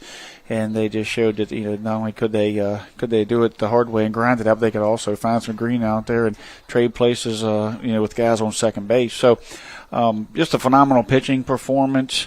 Kept Martinsburg out of the game, kept them never got a momentum shift, kept the home crowd out of the game. Just came in here and McGill just shut down this lineup. Martinsburg's young, inexperienced. Scratched Malachi Green, one of their starters, early in late scratch. Put some guys up to the plate, don't have a whole lot of varsity experience. But let's face it, Mason McGill's only a sophomore, so it doesn't really matter at this point what age you are, what grade you're in. It's just you have to go out there and give it all you got and, prepare yourself each day and get better and better. And Martinsburg's got, work cut out for them to get better, to be ready for the end of the season. And they did exactly what the 2 coaches told us. Martinsburg's head coach said we got to be better. We can't get beat up so badly in the free base game, and they got dominated in the free base game. They struck out 15 times. They give up 3 to 4 stolen bases. Multiple wild pitches, pass balls, however you want to call it, a balk, a couple of errors, 5 or 6 walks. All those things is what beat them. Hedgesville didn't really knock the cover off the ball. They only had, 5 or 6 hits, but they take advantage. Hedgesville on the other side did what their coach said. We're going to be behind a little bit on some velocity, and they were early, but they made adjustments. Big 4th inning, took advantage of it, and then they showed their dominance on the mound. Their defense played really well, and they ran the bases as good as anybody in the EPAC. Our game scoring summary was brought to you by the Mansion Ferretti Law Firm in Martinsburg, where it's about seeking justice for you. Go to wvjusticelawyers.com. Give you some game stats. Brought to you by CMA's Martinsburg and Winchester dealerships. Proud to be the owners who just care more. The pitching for Martinsburg. Grant Henderson went 4 innings. Gave up 4 runs, 2 earned, on only 1 hit. 5 walks, though, 6 strikeouts. Christian Alter goes 2 innings. 3 hits, 2 runs, 2 strikeouts for him. Bradley Loper finishes it out with an inning, giving up a run on a hit. Gets himself a strikeout. Looking through the Hedgesville lineup here, looks like Cash Dunham got himself 1 RBI, scored a run on a hit, had himself a walk and a stolen base as well. Landon Pence got himself a hit and an RBI, scored a run as well, even though he was only 1 for 4 with 3 strikeouts. Brett Pedersen got himself on base on an error. Got himself a hit and a stolen base as well. Trenton Canarium with an RBI single in the 5th inning. And a double as well towards the end. Gets himself 2 hits and 4 at-bats. 2 walks drawn by Mason Elliott. A single and a stolen base before he grounded into a double play. Or lined into a double play, I should say. Austin Maynard goes 0 for 3, but gets himself a sacrifice fly RBI. Evan Williams goes 0 for 3 with a strikeout. Cason Plogger goes 0 for 1 with 2 walks and a strikeout. And Noah Brown gets himself a stolen base. Sacrifice bunt, fly out in his 3 at-bats. On the other side, Mason McGill goes the distance. 7 innings, gives up just 1 hit and 1 run. 5 walks, but I think it's more than made up for the fact that he had 15 strikeouts to get Hedgesville the win. Christian Alter was the one run scored for Martinsburg in this one, drawing a walk in the first inning, coming around to score on a wild pitch. He would strike out and ground out later on. A lot of strikeouts through here. Bradley Loper goes 0 for 3 with 3 strikeouts. Blosser goes 0 for 2 with 2 strikeouts and a walk. Zarnecki gets the only hit for Martinsburg in the second inning. Got hit by a pitch and struck out later on. Braden Armald goes 0 for 3 with 2 strikeouts. Fox goes 0 for 2 with a strikeout. Tomlinson comes in, pinch hits for him for the last at-bat for the strikeout as well. R.J. Brown draws a walk and strikes out there. So I think pretty obvious who the player of the game is, brought to you by Parsons Ford at 1400 Shepherdstown Road and online at parsonsford.com. They became number one by making you number one first, Parsons. And as I say that, Coach Grove walks in. We can talk to him, and then we'll talk to our player of the game. Coach Grove.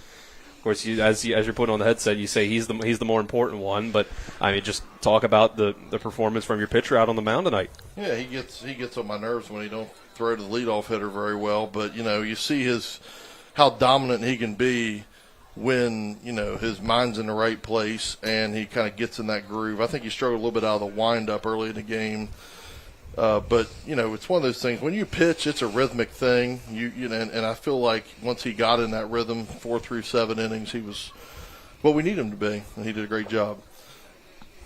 He did a tremendous job. 15 strikeouts, they're strong. Looked like he got stronger as the game went on, like you said.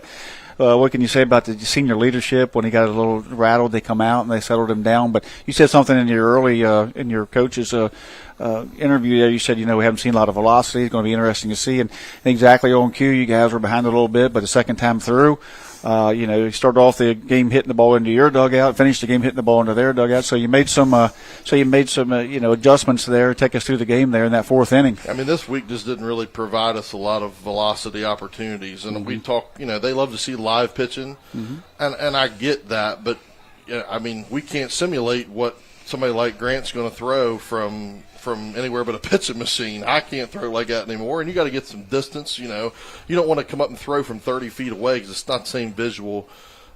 And over time we'll get better. There's really, like I just told them out there in our meeting, there's a threshold right now we have to get over, that 82 to 84. We got to put our foot in the ground and swing and shorten up. Understand that the pitcher's the one supplying the power, and it's. The pitching's usually ahead of the hitting this time of year, and we got lucky with a couple of mistakes tonight because we didn't hit the ball over the place. We hit well enough at times, but still left a few runs out there. Yeah, it looks like I have you down for five hits here, but you guys were able to get through the order, and you guys were able to play the small ball when you had to. And just what does that say about your team? Obviously, you have a lot of experience out there, but it helps. But we've practiced some of this stuff because at times we've gotten beat when we weren't willing to take some of the baseball type plays. We think we're going to just hit every time, and it doesn't work. And our guys, the more we buy in, the better off we're going to be, because I got really a good roster of kids that I want to play, and they can't all play all the time, and so that is going to have to be understood, that we have to do the right things in the right spots to win games. And we did enough of that tonight. We still got a long way to go, though. Looked like a team that showed experience. I mean, they took extra bases when it was given to them. Their baseball IQ seemed to be right up on top on what you expect out of seniors. So a lot of experience out there. The fourth inning, you were able to grind out 4 runs off of 1 hit, but you took advantage of a forced error. You put pressure on them.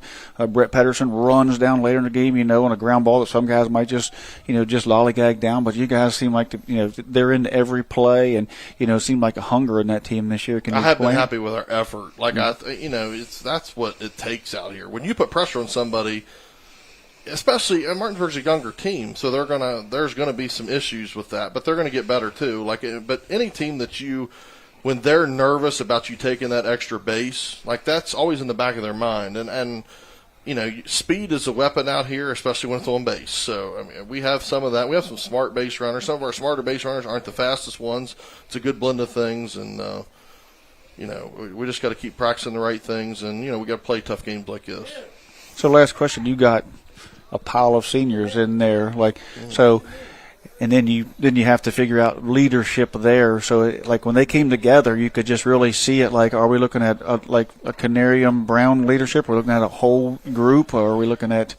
We have to get past. I'm going to be the leader when things are going well for me. Mm-hmm. It's because sometimes that's the case where it's not me, it's us, and seniors can go really two ways with that. They can either believe this is their last chance and make it worth it, or they can say, well, when it's not me, I don't care. And I know that and I've talked to Coach Bowler about this before. I've talked to several coaches about it before. Having a big senior class is a delicate thing as you get towards the end of the year. Summer's here, the rest of their life's here, and I know that we're at the beginning of the season now where everybody's still hungry. But what happens when you hit the skids? Because that's what baseball provides. You're going to have nights that you're going to have a lot of opportunities where things don't go your way. You're going to have segments of games that don't go your way. So so far we're in good shape, but we can't let our foot off the gas pedal. We got a busy week next week with good teams, so hopefully this will send us in the right direction. Well, congratulations, 6-1, off to a great start. Thank you. Yep. Mm-hmm. All right, Coach Grove, thanks for the time. What was the important one? I'll hold on to the headset here, and we'll hand it over to our player of the game, Mason McGill. 15 strikeouts for you as you go the distance. Now, you started off with a little bit of struggles there, a leadoff walk to Christian Alter, and he eventually comes around to score. Take us through the beginning of the game there. Obviously, we'll get into the positives here, but just what do you think was kind of going through your mind there to maybe it got off to a little bit of a shaky start? Yeah, it all starts down in the bullpen and how the way you warm up, and I felt pretty good warming up, but I just couldn't find a location, so I was talking to my pitch coach a little bit. He said take it one at a time, go through the motions early, stay consistent, don't have to go full speed, try to be consistent. I was trying to do that. Didn't really look a little shaky in the first inning, but, I picked it up over time, found my groove, got back on it. Certainly found your groove there late in the game as it felt like you got stronger and stronger as you went through. The other side of you guys started to figure out Martinsburg's pitching as a second or third time through. Seemed like a second or third time through, you got the upper hand on the Martinsburg as you started to locate. What was different those times through? And right there at the end, I think you struck out, 6 of the last 7 or more? 8 of the last 9. 8 of the last 9. So all of the last 6. So those last 3 innings there, you dominated. What can you take us through that ending there?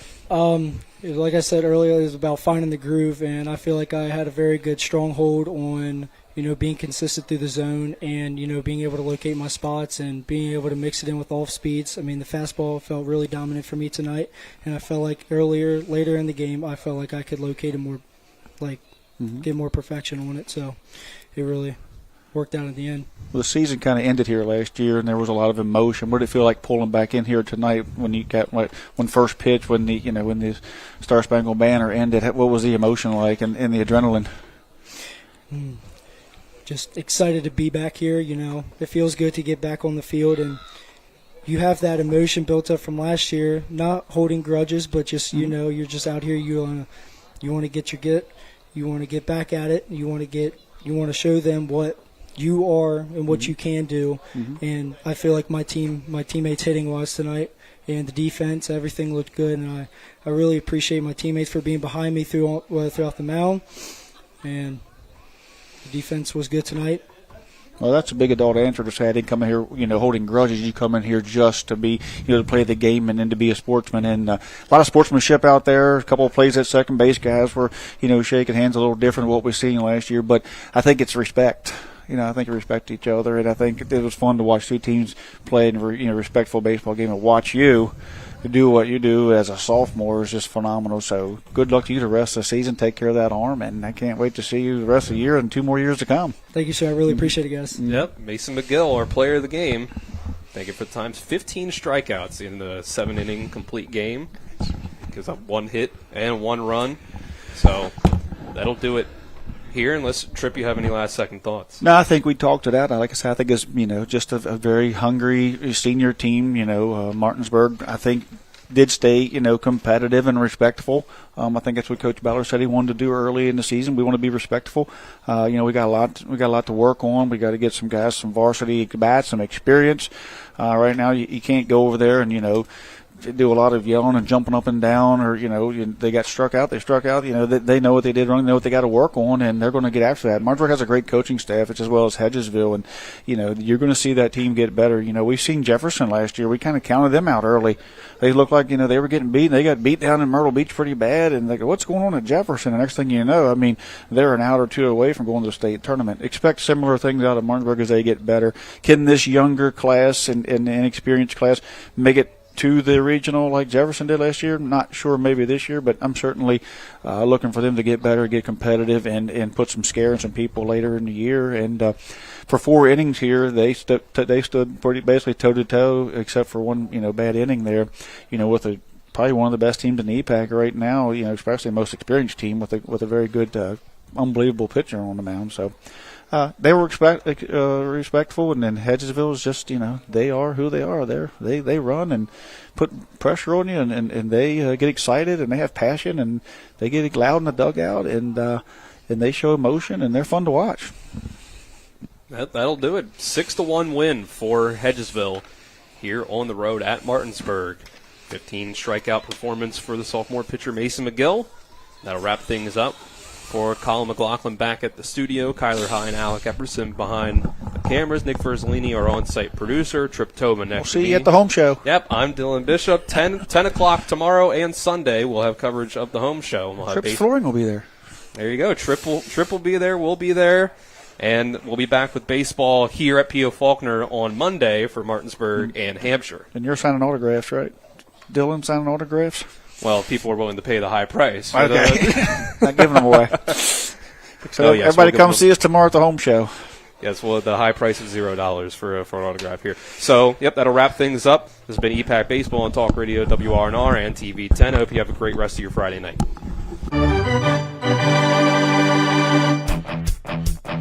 You've been listening to West Virginia High School Baseball. Today's game broadcast has been brought to you by Trips Flooring, Parsons Ford of Martinsburg, Burke Schultz Herman and Jenkinson Personal Injury Attorneys, Farmers and Mechanics Insurance Companies, the Larry DeMarco Team at Century 21 Modern Realty Results, Cody's Auto Body, Hagerstown Ford, Brown's Funeral Home and Cremations Robert Fields and Sons, the Mansion Ferretti Law Firm, Floor Pools, Smallwood and Small Insurance, CMA Martinsburg and Winchester Dealerships, Skinner Accident and Injury Lawyers, the Palace Lounge, WVU Medicine Berkeley and Jefferson Medical Centers, the Mirius Group Ameriprise Financial Services LLC, and the Berkeley County Health Department. For the continued excitement of high school, college, and Major League Baseball, keep it tuned to FM 106.5, AM 740, Comcast Cable Channel 10, and online talkradio WRNR.com. All rights reserved.